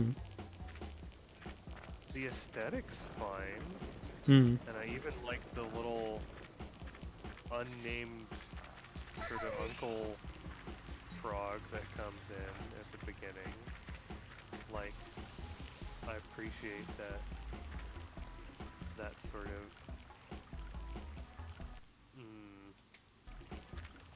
archetype is still around, let's put it that way. And like it's got a nice, interesting look to it. It's just the gameplay is really lacking. You know? Well, you played it. Like, there's not a lot to it. I could potentially do that on stream because I could capture my phone. Oh, and that might even be on the Mac. I think Apple Arcade is kind of playable on any new Apple device, so I've never tried doing it on the Mac, but it's theoretically possible. Get a new Apple device. Are they still bloody expensive and artificially not in stock? It depends which one you get. I feel like the last time I tried to buy an iPad, I walked into the store with $1,200 and said I'd like the newest model, please, and they said, "Cool, we'll take your money and put you on a waiting list." Oh wow! Out of the store. I feel like if you're, I feel like if you're not getting the top of the line model, stock isn't as much of a problem, and depending on timing as well. Stock totally wasn't a problem. I literally like went 5 minutes down the road to a Best Buy, and they had plenty of stock. Oh. But like, I didn't feel like getting it anymore. So I got a new laptop instead. And that laptop is now ancient. So, but like, and that was pretty much. I had similar experiences every time I had to go into a Mac store for whatever reason. It was just kind of artificial scarcity and snootiness. And it was like, this is not a great impression. What was the point of that cutscene? To have a cutscene.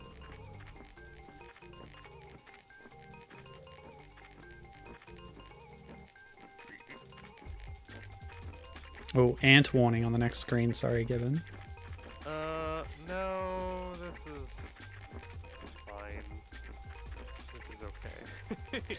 I was just marveling at the smaller ones look like 2D sprites, whereas these bigger ones are 3D models. That's cool. The smaller ones are okay, the bigger ones are a little iffy. Yeah, they're a bit scary. They've been amped up in their scary design features, I feel like. Man, they're fucking realistic giant ants in Elden Ring. I ran through that tunnel. I ignored everything. What? Where am I? Oh, it's ants carrying things. That's why. There's leaves and also food that they're carrying off. Are you gonna be okay? Do you need me to co-op with you for the ant time? I don't know if there's optional stuff to do down there. You can super jump up there, maybe? Oh yeah, I should try that.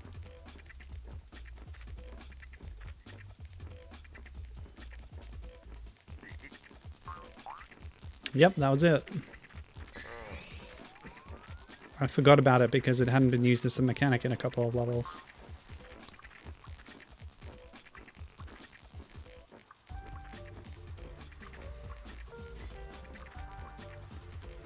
I just mentioned it because I often forgot about it in Who's Back. And yeah, it would sometimes be fun.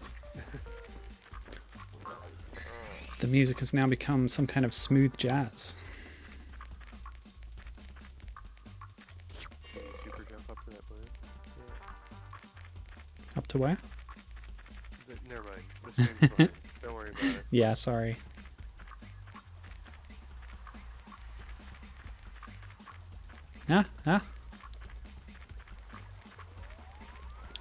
So it looks like Lego Star Wars The Skywalker Saga was released today.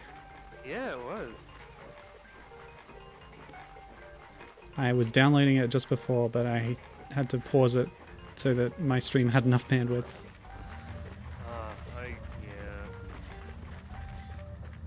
I don't know what system I'm gonna get it on. I should probably get it on PS5 because I my Switch for things. Yeah, especially Lego games, you want to get those on the most powerful system you have, because they're not always very well optimized. That's true. I know Carla got it on Switch, but...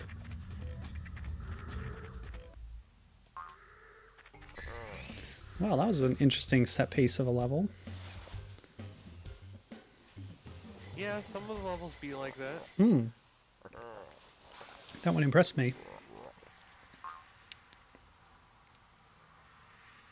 One One of my favorite set piece levels from the previous game was Oops. you have to hop across the back of seagulls that are flying around, Oh yeah. but they're not flying around in like a nice in rows like a typical Frogger level. Like they're spiraling around and going in different altitudes and stuff, and you kind of just have to wait until they cross paths. But there's a time limit on the levels, so you have to kind of not miss your opportunity.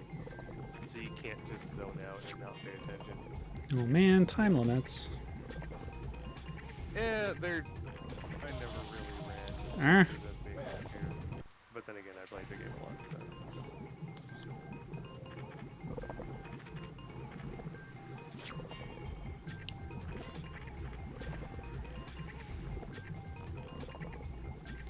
So now I got disappearing blocks, and those guys are periodically flaming.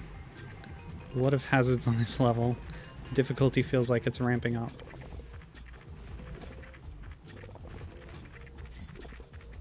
What is this thing? I don't like it.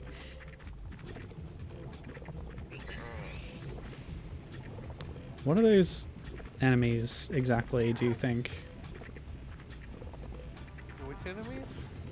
The ones with the two claws and like, I don't know, their shell or something? Know.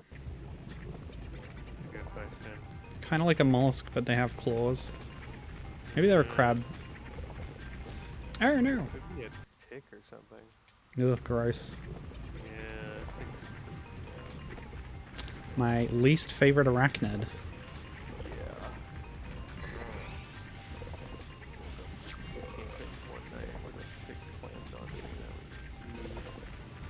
Yeah, I've never had one on me, but my family members have in very awful places. Fortunately, I was fine. Like, nothing bad came of it, but still, awful experience. Yeah, that's another hazard with them, is they can carry awful diseases. Awful diseases like suddenly becoming allergic to red meat. Yeah, I have heard that.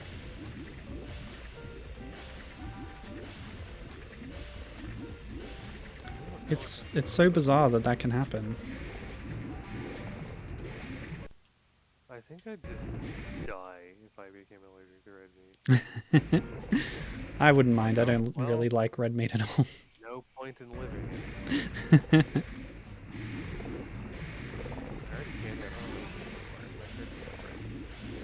Can't have what? Sorry, this level's really loud. You might have to speak up a little. Oh, my hormone treatments gave me gluten insensitivity. Hmm.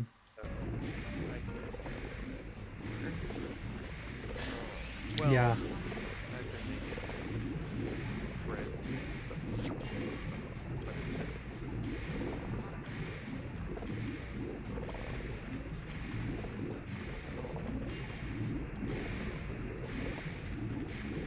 but I really tested symptoms I did celiac. Ooh, celiac's bad news. Yeah. Kind of feels like I'm having a heart attack when the symptoms are bad. Ooh.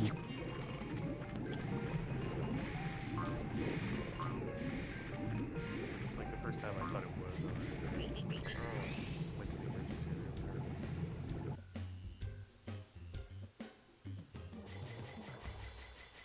The problem is that the antibodies from a reaction only stay in your system for a short while, so you have to get tested for it while you're in the middle of having a reaction. Good God. Yeah. So, and I don't really want to do that. I don't know. I need to get set up on a regular general practitioner and talk about it. Don't manage that.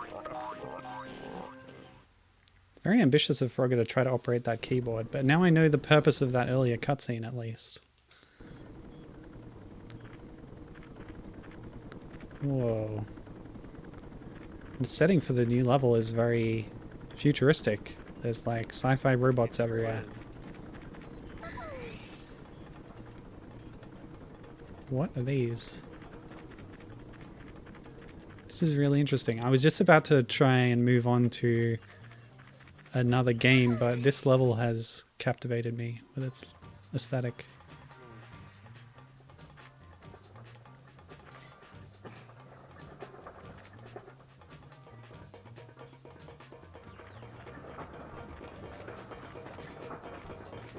Oops. Whoopee. I could probably double jump across that actually. But heck, I'm going the long way. Oh! I guess I'm not. Guess I'm gonna die instead. Guess I'll die.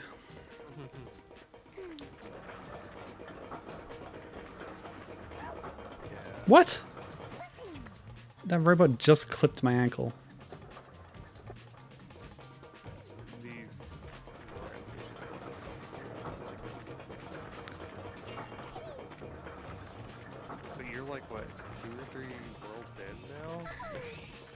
I'm not keeping track. I'm not sure. Level, then? Something like that. You're a ways into the game. Is what I'm saying. Oops.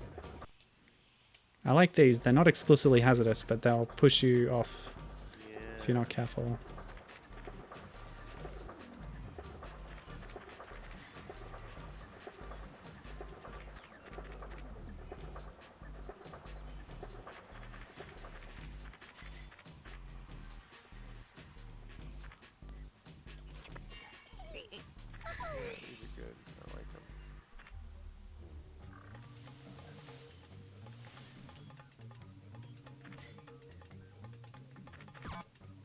Oh, what did that do?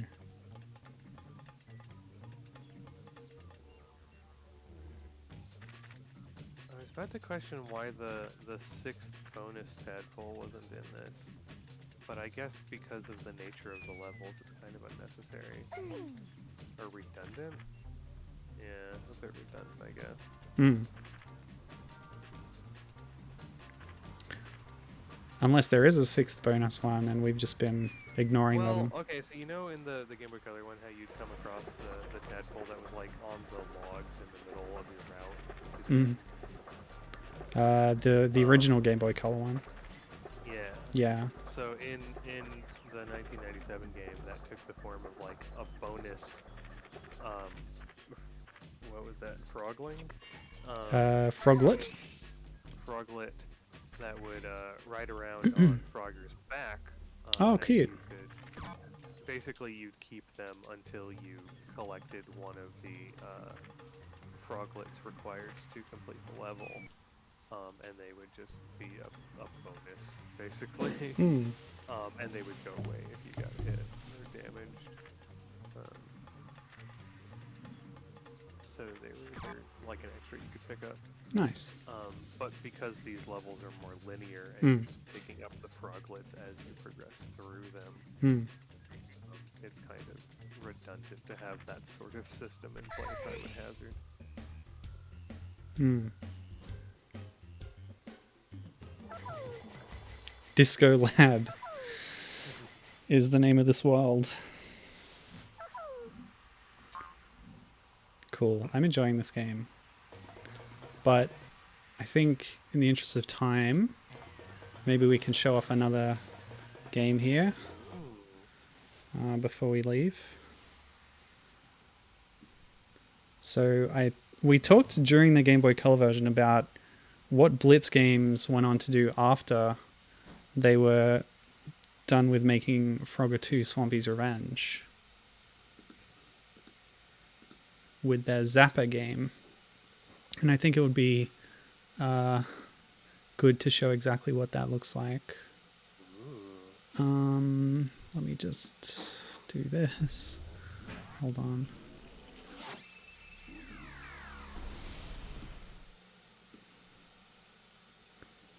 So I've got the GameCube version of this one. Zapper, because it's the next generation. This was Windows, PlayStation 2, Xbox, Game Boy Advance, and GameCube. Yes, there is a Game Boy Advance version as well. And Yeah, you can tell immediately. You just boot up the game. You're like, oh yeah, this was made by the same people. Just look at it. I must adjust this layout. Yeah, I think there's a bit of an attract mode. In a second. Once I'm done here. So there you go. This is what the gameplay looks like.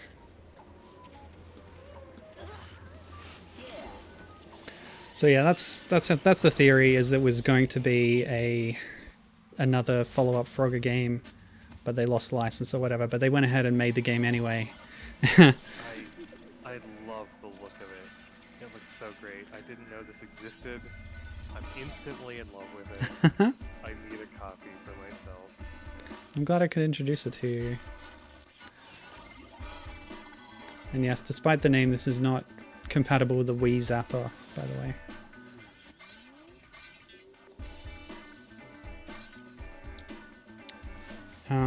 Yeah, like the name is even similar, but you'll be able to see from the gameplay, it's that tile-based hopping.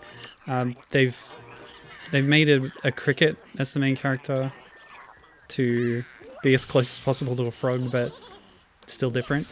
He does have that zapping ability with his magic antenna or whatever. So that does come into play in the gameplay as well.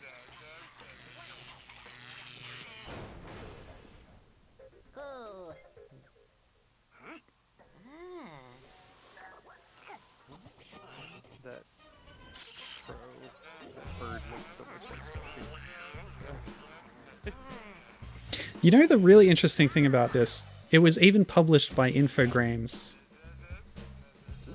who, you know, as I said, Hasbro Interactive published Frogger 2, Swampy's Revenge. They changed their name to Infogrames. So the developer and the publisher at this point are both on board with making a Frogger-like game. So it must be the publisher who lost the license or something. Who knows? Yeah, The Great Quest, which came out after Swampy 2, was Frogger 2 Swampy's Revenge, was developed and published by Konami. So I wonder if they just moved to making stuff. Yeah, they took it in-house, yeah. So, oops. I guess instead of collecting baby frogs, we're collecting eggs in this case.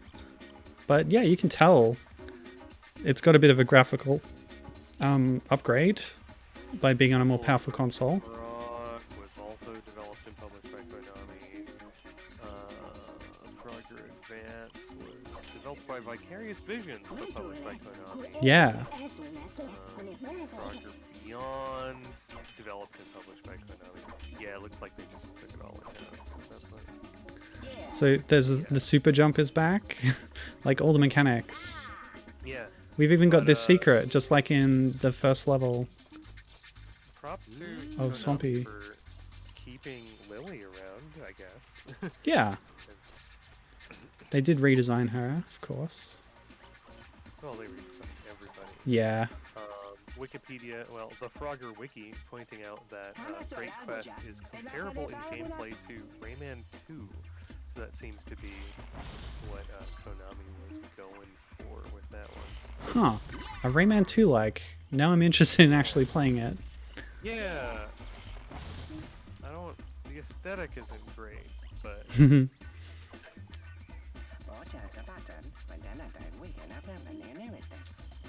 not sure why you choose Frogger for that, but I Oh my guess gosh. that's the only platforming thing you own. There's even a mechanic to locate the nearby egg. Ooh, the echolocation. Yeah. Oh, because cricket chirping. Wow, they put a lot of thought into this character replacement, huh? Yeah, they did. I like that.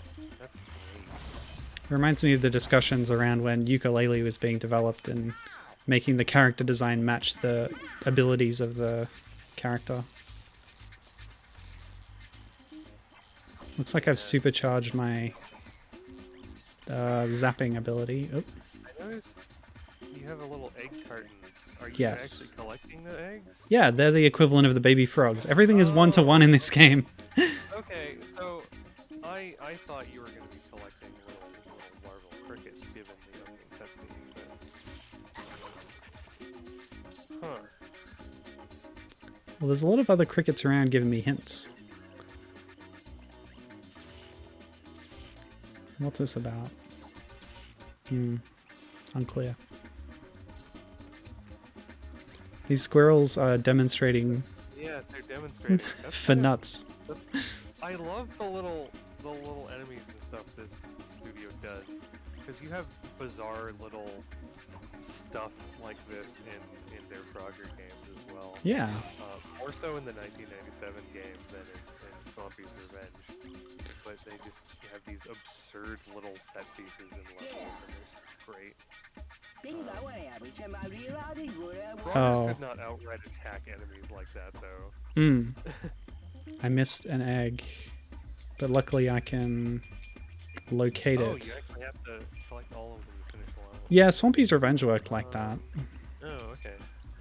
It's probably in one of those boxes, maybe? It's There back were other this egg way. boxes. Yeah.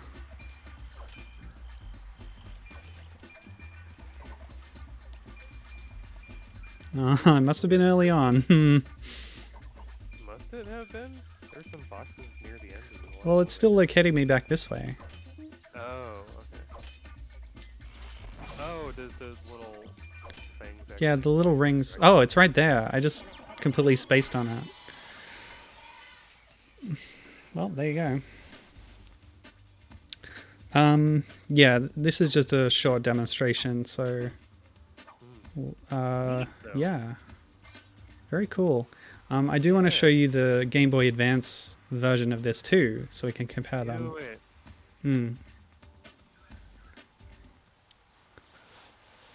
I Ooh. have Speaking of Rayman 2, this is a Rayman 2 style map screen. That's cute. I'll just save that state in case I ever want to come back to it. And you're emulating this, right? Yes, I'm emulating all of this. That was in Dolphin. Gonna put that on my list of things to recommend to Retro Game of the Month. Ooh, not a bad idea. Okay, so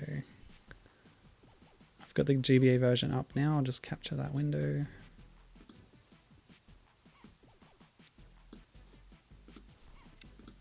And restart.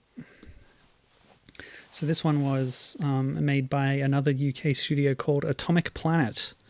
They had a few other games to their name. Blitz is credited for the original game, but Atomic Planet's there. Atomic Planet also developed the Mega Man Anniversary Collection, so that's a big deal for them. Oh, no. New game. Like purists and hardcore like emulation fiends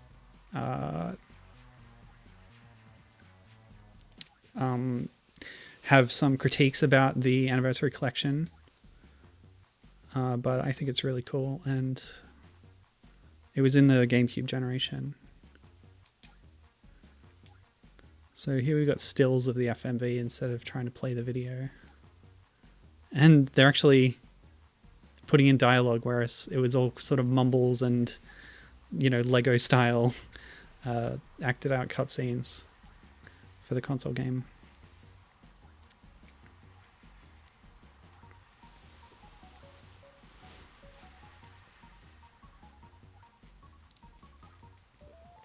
So having now played the first level of the console version, I'm curious how the GBA version handles the same sort of stuff. Okay.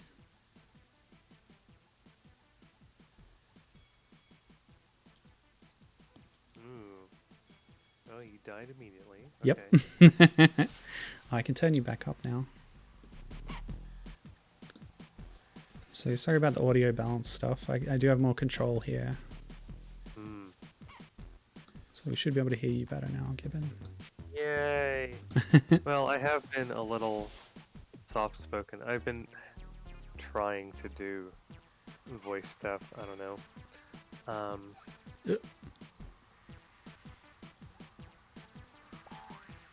This is a little different than the console version.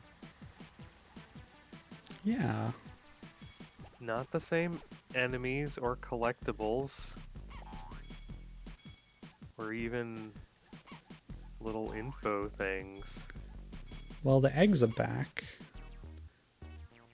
Yeah, not that you found one yet, but yeah.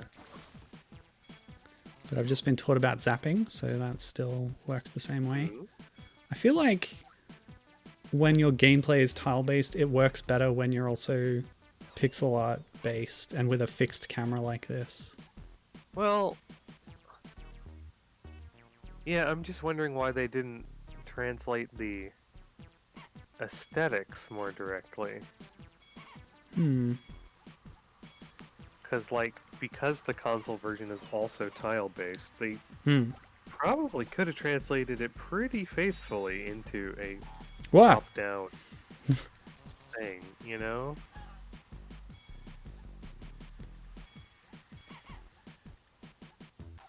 Oh. Okay, so I was jumping over those rabbits before, but I actually bumped into one and it killed me. Ooh. Weird.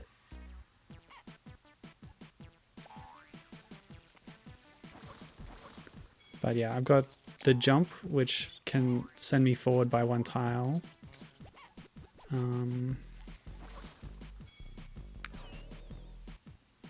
Got the zap, and these eggs look very much like the eggs in Banjo-Kazooie, strangely enough. What? Oh man, this is really Crash Bandicoot. Like, find secret collectibles to unlock blocks that will take you to more collectibles. Yeah. So that's some replayability there for the levels. Although I prefer to be able to clear a level the first time I do it. Not have to return to it. Like, I get it, but yeah, I agree with you. Like, I won't fault them for trying I something. think I like the console version better. Yeah, that's fair. What's this thing? Oh, it killed me. Great. That didn't happen. Oh, it's a snail. It's hiding inside the shell, but the shell is very thin, and yeah, from this angle, it just looks like, I don't know, a cocoon or something. So what did I do? The level exit cannot be used until you've collected all 6 eggs.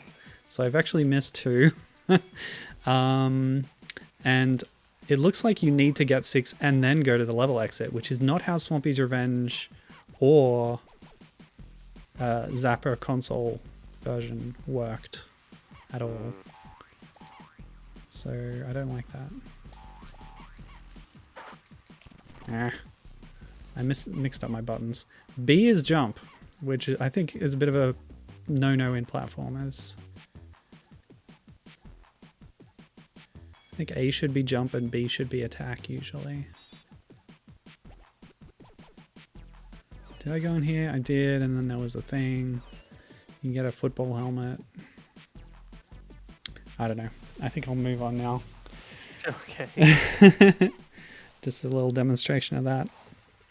There's one more game I wanted to show you, Gibbon, before we finish today. And it's from later on in the series, and it's the reason I wanted to play it is because it's very poorly documented. This was in the PS2 era. It's a game in the Frogger series, made in 2007, and it shows off those later iterations of the character designs. So I thought that would be interesting to show that. Which one is it? You'll see. Oh no. I'm being warned, no dance pad connected. Oh no. What? Why? Oh, I captured the wrong window. Sorry.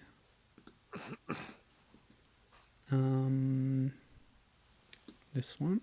Yeah, okay. And I should be able to... Whoops. Yep. Sorry. Okay.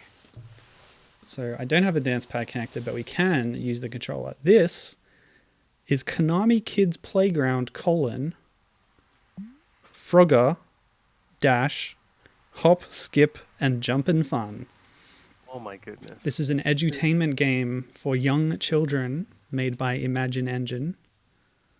And it's intended to be used with the Dance Dance Revolution dance pad. That's awesome. I still have one of those. Oh, cool. But you can use a normal controller as well. So the idea is you get your kid to be a bit more active when they're playing a game, and jumping around, stomping on the keys and stuff. Take off your shoes and have some fun.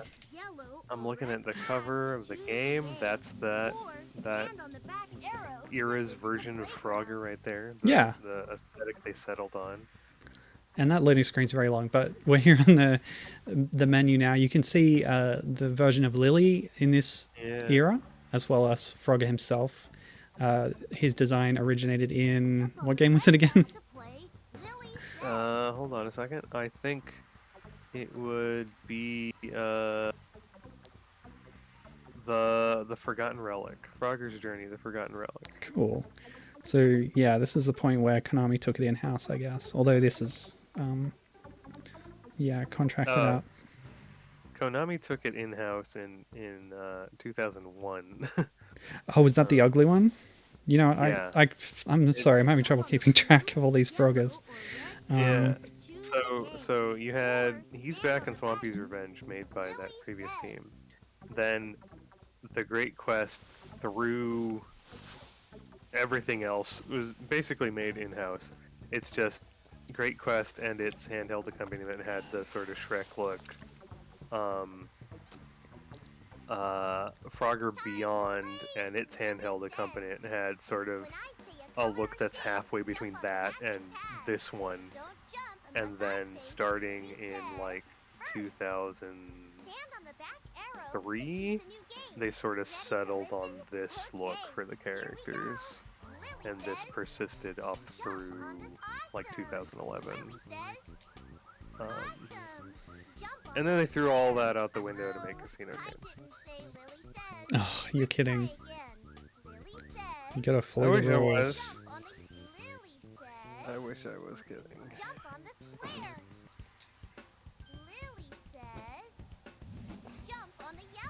It's kind of heartbreaking, honestly.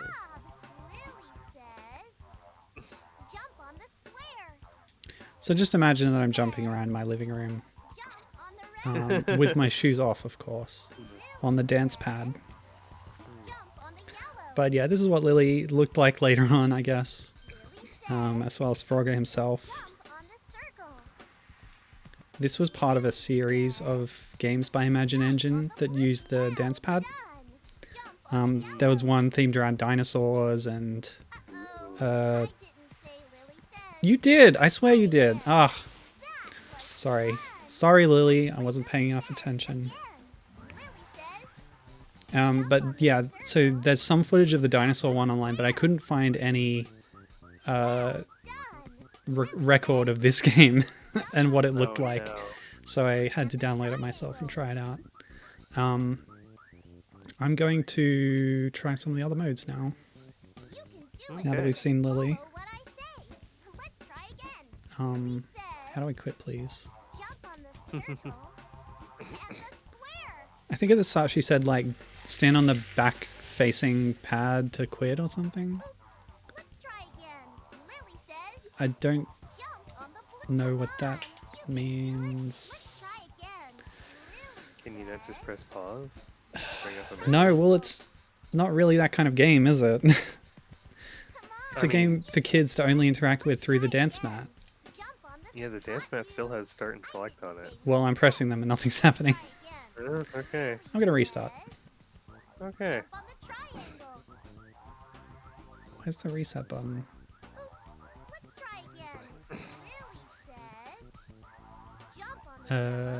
What? I guess I'll just boot the ISO again. Yes, yes. Oh, it crashed. My emulator crashed. Fantastic. Oof.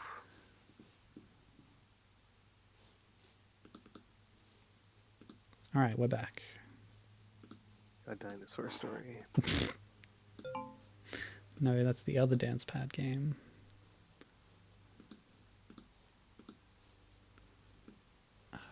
picked the wrong window again. Okay, cool.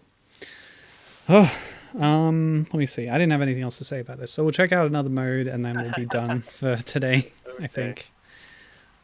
But it was really great having you here, Gibbon.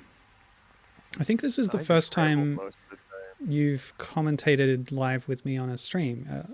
I think so, yeah. Except for, I now recall, the DK Mine Relay stream series where we Oh, played yeah. Donkey Kong Country 2 World 3 Yeah. on like 3 different versions of the game. Something like that, yeah.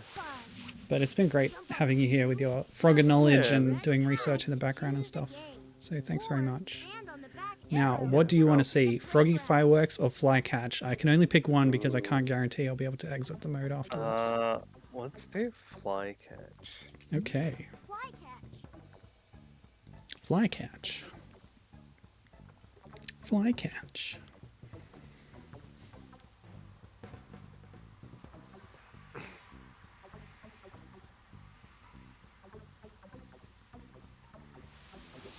So yeah, check Gibbon out. She's on Twitter on I am Gibbon and frequently on the Conversation podcast at DK Vine. And what else? DKGoda.com. That exists. Although we don't edit it or update it very often. Yeah, we don't. That's, yeah. What else do you want to plug? Oops. I don't know. Don't really have anything else to plug at the moment. Okay, well, it looks like in this mode we have a series of mutant Venus flytrap type carnivorous plants. Or, no, they're more like those ones... I'd say they're more picture plants. Yeah, with the big cavity underneath and the lid on top. But they're very conveniently color and shape coded. Yeah. Oh. This kind of reminds me of a Zoombeanies minigame. What is Zoombeanies? What? What? Milo. Yes. It's a series of edutainment games. Okay. The first, I believe they actually got at least one of them. At least the first one got put up on like Steam or GOG or something. Okay. Compatible with modern systems. When I was the age to be playing edutainment games, my school was like too poor to have the computers to run them. I was about to say they're not out, they're a lot old, but Wikipedia tells me the first one was in 1996. 96, So. okay. Yeah, that's my primary school age. Yeah.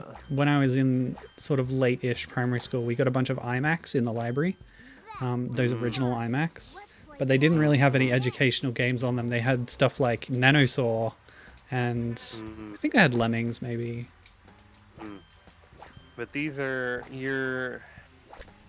Let's see. What's the quick summary on Wikipedia? Zoombeanie Isle, the Zoombeanies' homeland, has been taken over by the evil bloats. Oh no. The Zoombeanies flee, but end up in a mysterious and treacherous land. Players must guide the Zoombeanies through this land to reach the safety of the Zoombeanieville, a land of hope and prosperity for the Zoombeanies. Oh, wow. And it's all... You go from one puzzle to the next, and all the Zoombeanies are sort of... a lot of the puzzles have to do with sort of customizing correct Zoombeanie features to send through. So you can pick out one of 5 hairstyles, eye styles, nose styles, and feet styles for the Zoombeanies because they're like little Mr. Potato Head people.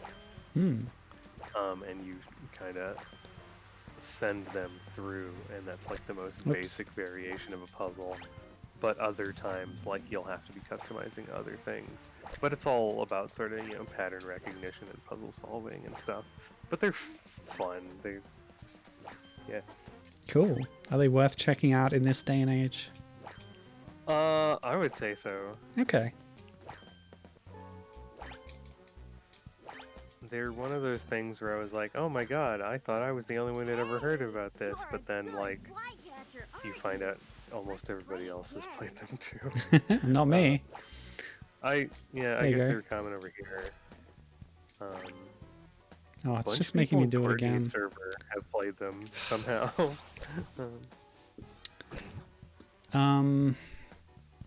I think it's like really dumb for me to not show the third minigame as well, so I will relaunch the emulator to play that because I don't know how to exit out of that mode.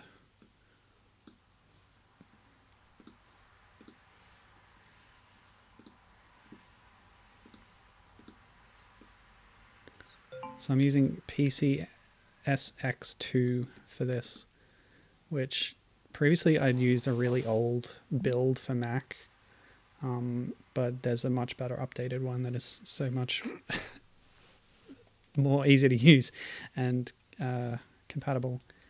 And I've used that recently to play Lord of the Rings, The Two Towers, because I'd bought a copy of it for Xbox a little while back, but never tested it. I don't want to open the disc tray on my Xbox too often because the belt is wearing out and often it just fails to open at all. So maybe that's why I neglected that necessary step. But when I came to actually go and play it, the disc is way too damaged to even be read by the console. So instead I emulated the PS2 version.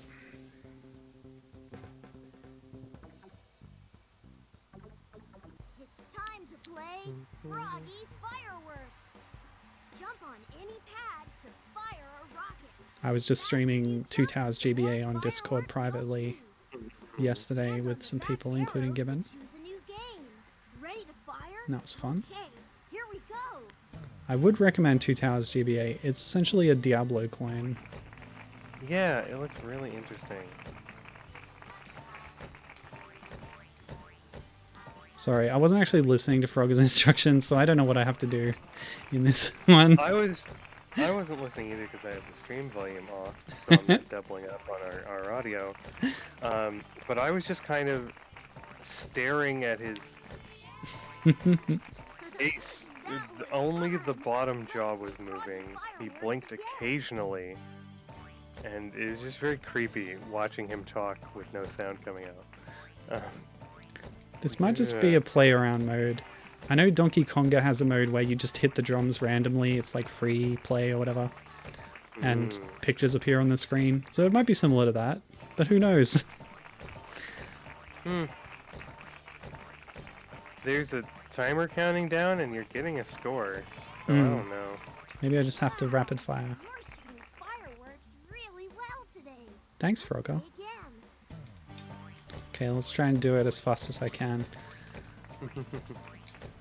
It's not like a rapid fire thing because it's expecting you to be stepping between the, you know, the pads on the dance mat with the dexterity of a child. So I know that actual DDR games on harder settings do require very quick feet movements. If you've ever seen someone play it in real life on a proper stage, it's extremely impressive. That's the thing about the mats, is they don't have that bar at the back that you can hold onto and then like rapid fire your feet onto. Yeah, also the mats slide around. So Yeah, they would. me and my friends would always weight down the corners with like cinder blocks. Okay. And that didn't always work. Well, it actually booted me out of that mode on its own. So I guess I beat it. Wow. I've beat the game. Welcome to Jumping School.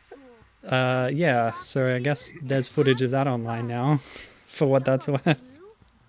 And that's it for the stream.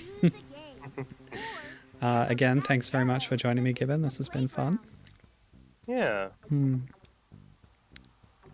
And I feel like I know a little bit more about Frogger now. Happy to help. Oh, look at that water animation. That's nice. Yeah, that's nice. It's not dynamic, of course. It's all pre-made. Or stand on the back arrow to visit the playground. Stand on the back arrow to visit the playground. See, what does that mean? Is it down or is it cross? And I'm pressing both and neither of them is doing anything. Stand on the back arrow. Nope.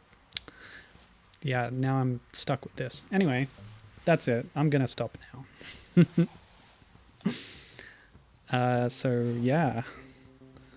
Sometimes I might say what I'm doing next week, but I have not planned anything for next week yet. I wrote all the notes for this a few weeks ago, and yeah. Now this is done. So, I don't know. I'll plan something. I'll have to. Time to play fly catch. Until then, Jump on the blue. Okay. farewell. Stay safe, and Cheers. have a good one. Watch out for the bumblebees. Bye. Watch out for the Handle the back bumblebees. arrow to choose I the neglected way. that advice. Ready to catch flies? Okay, here we go. Okay, bye.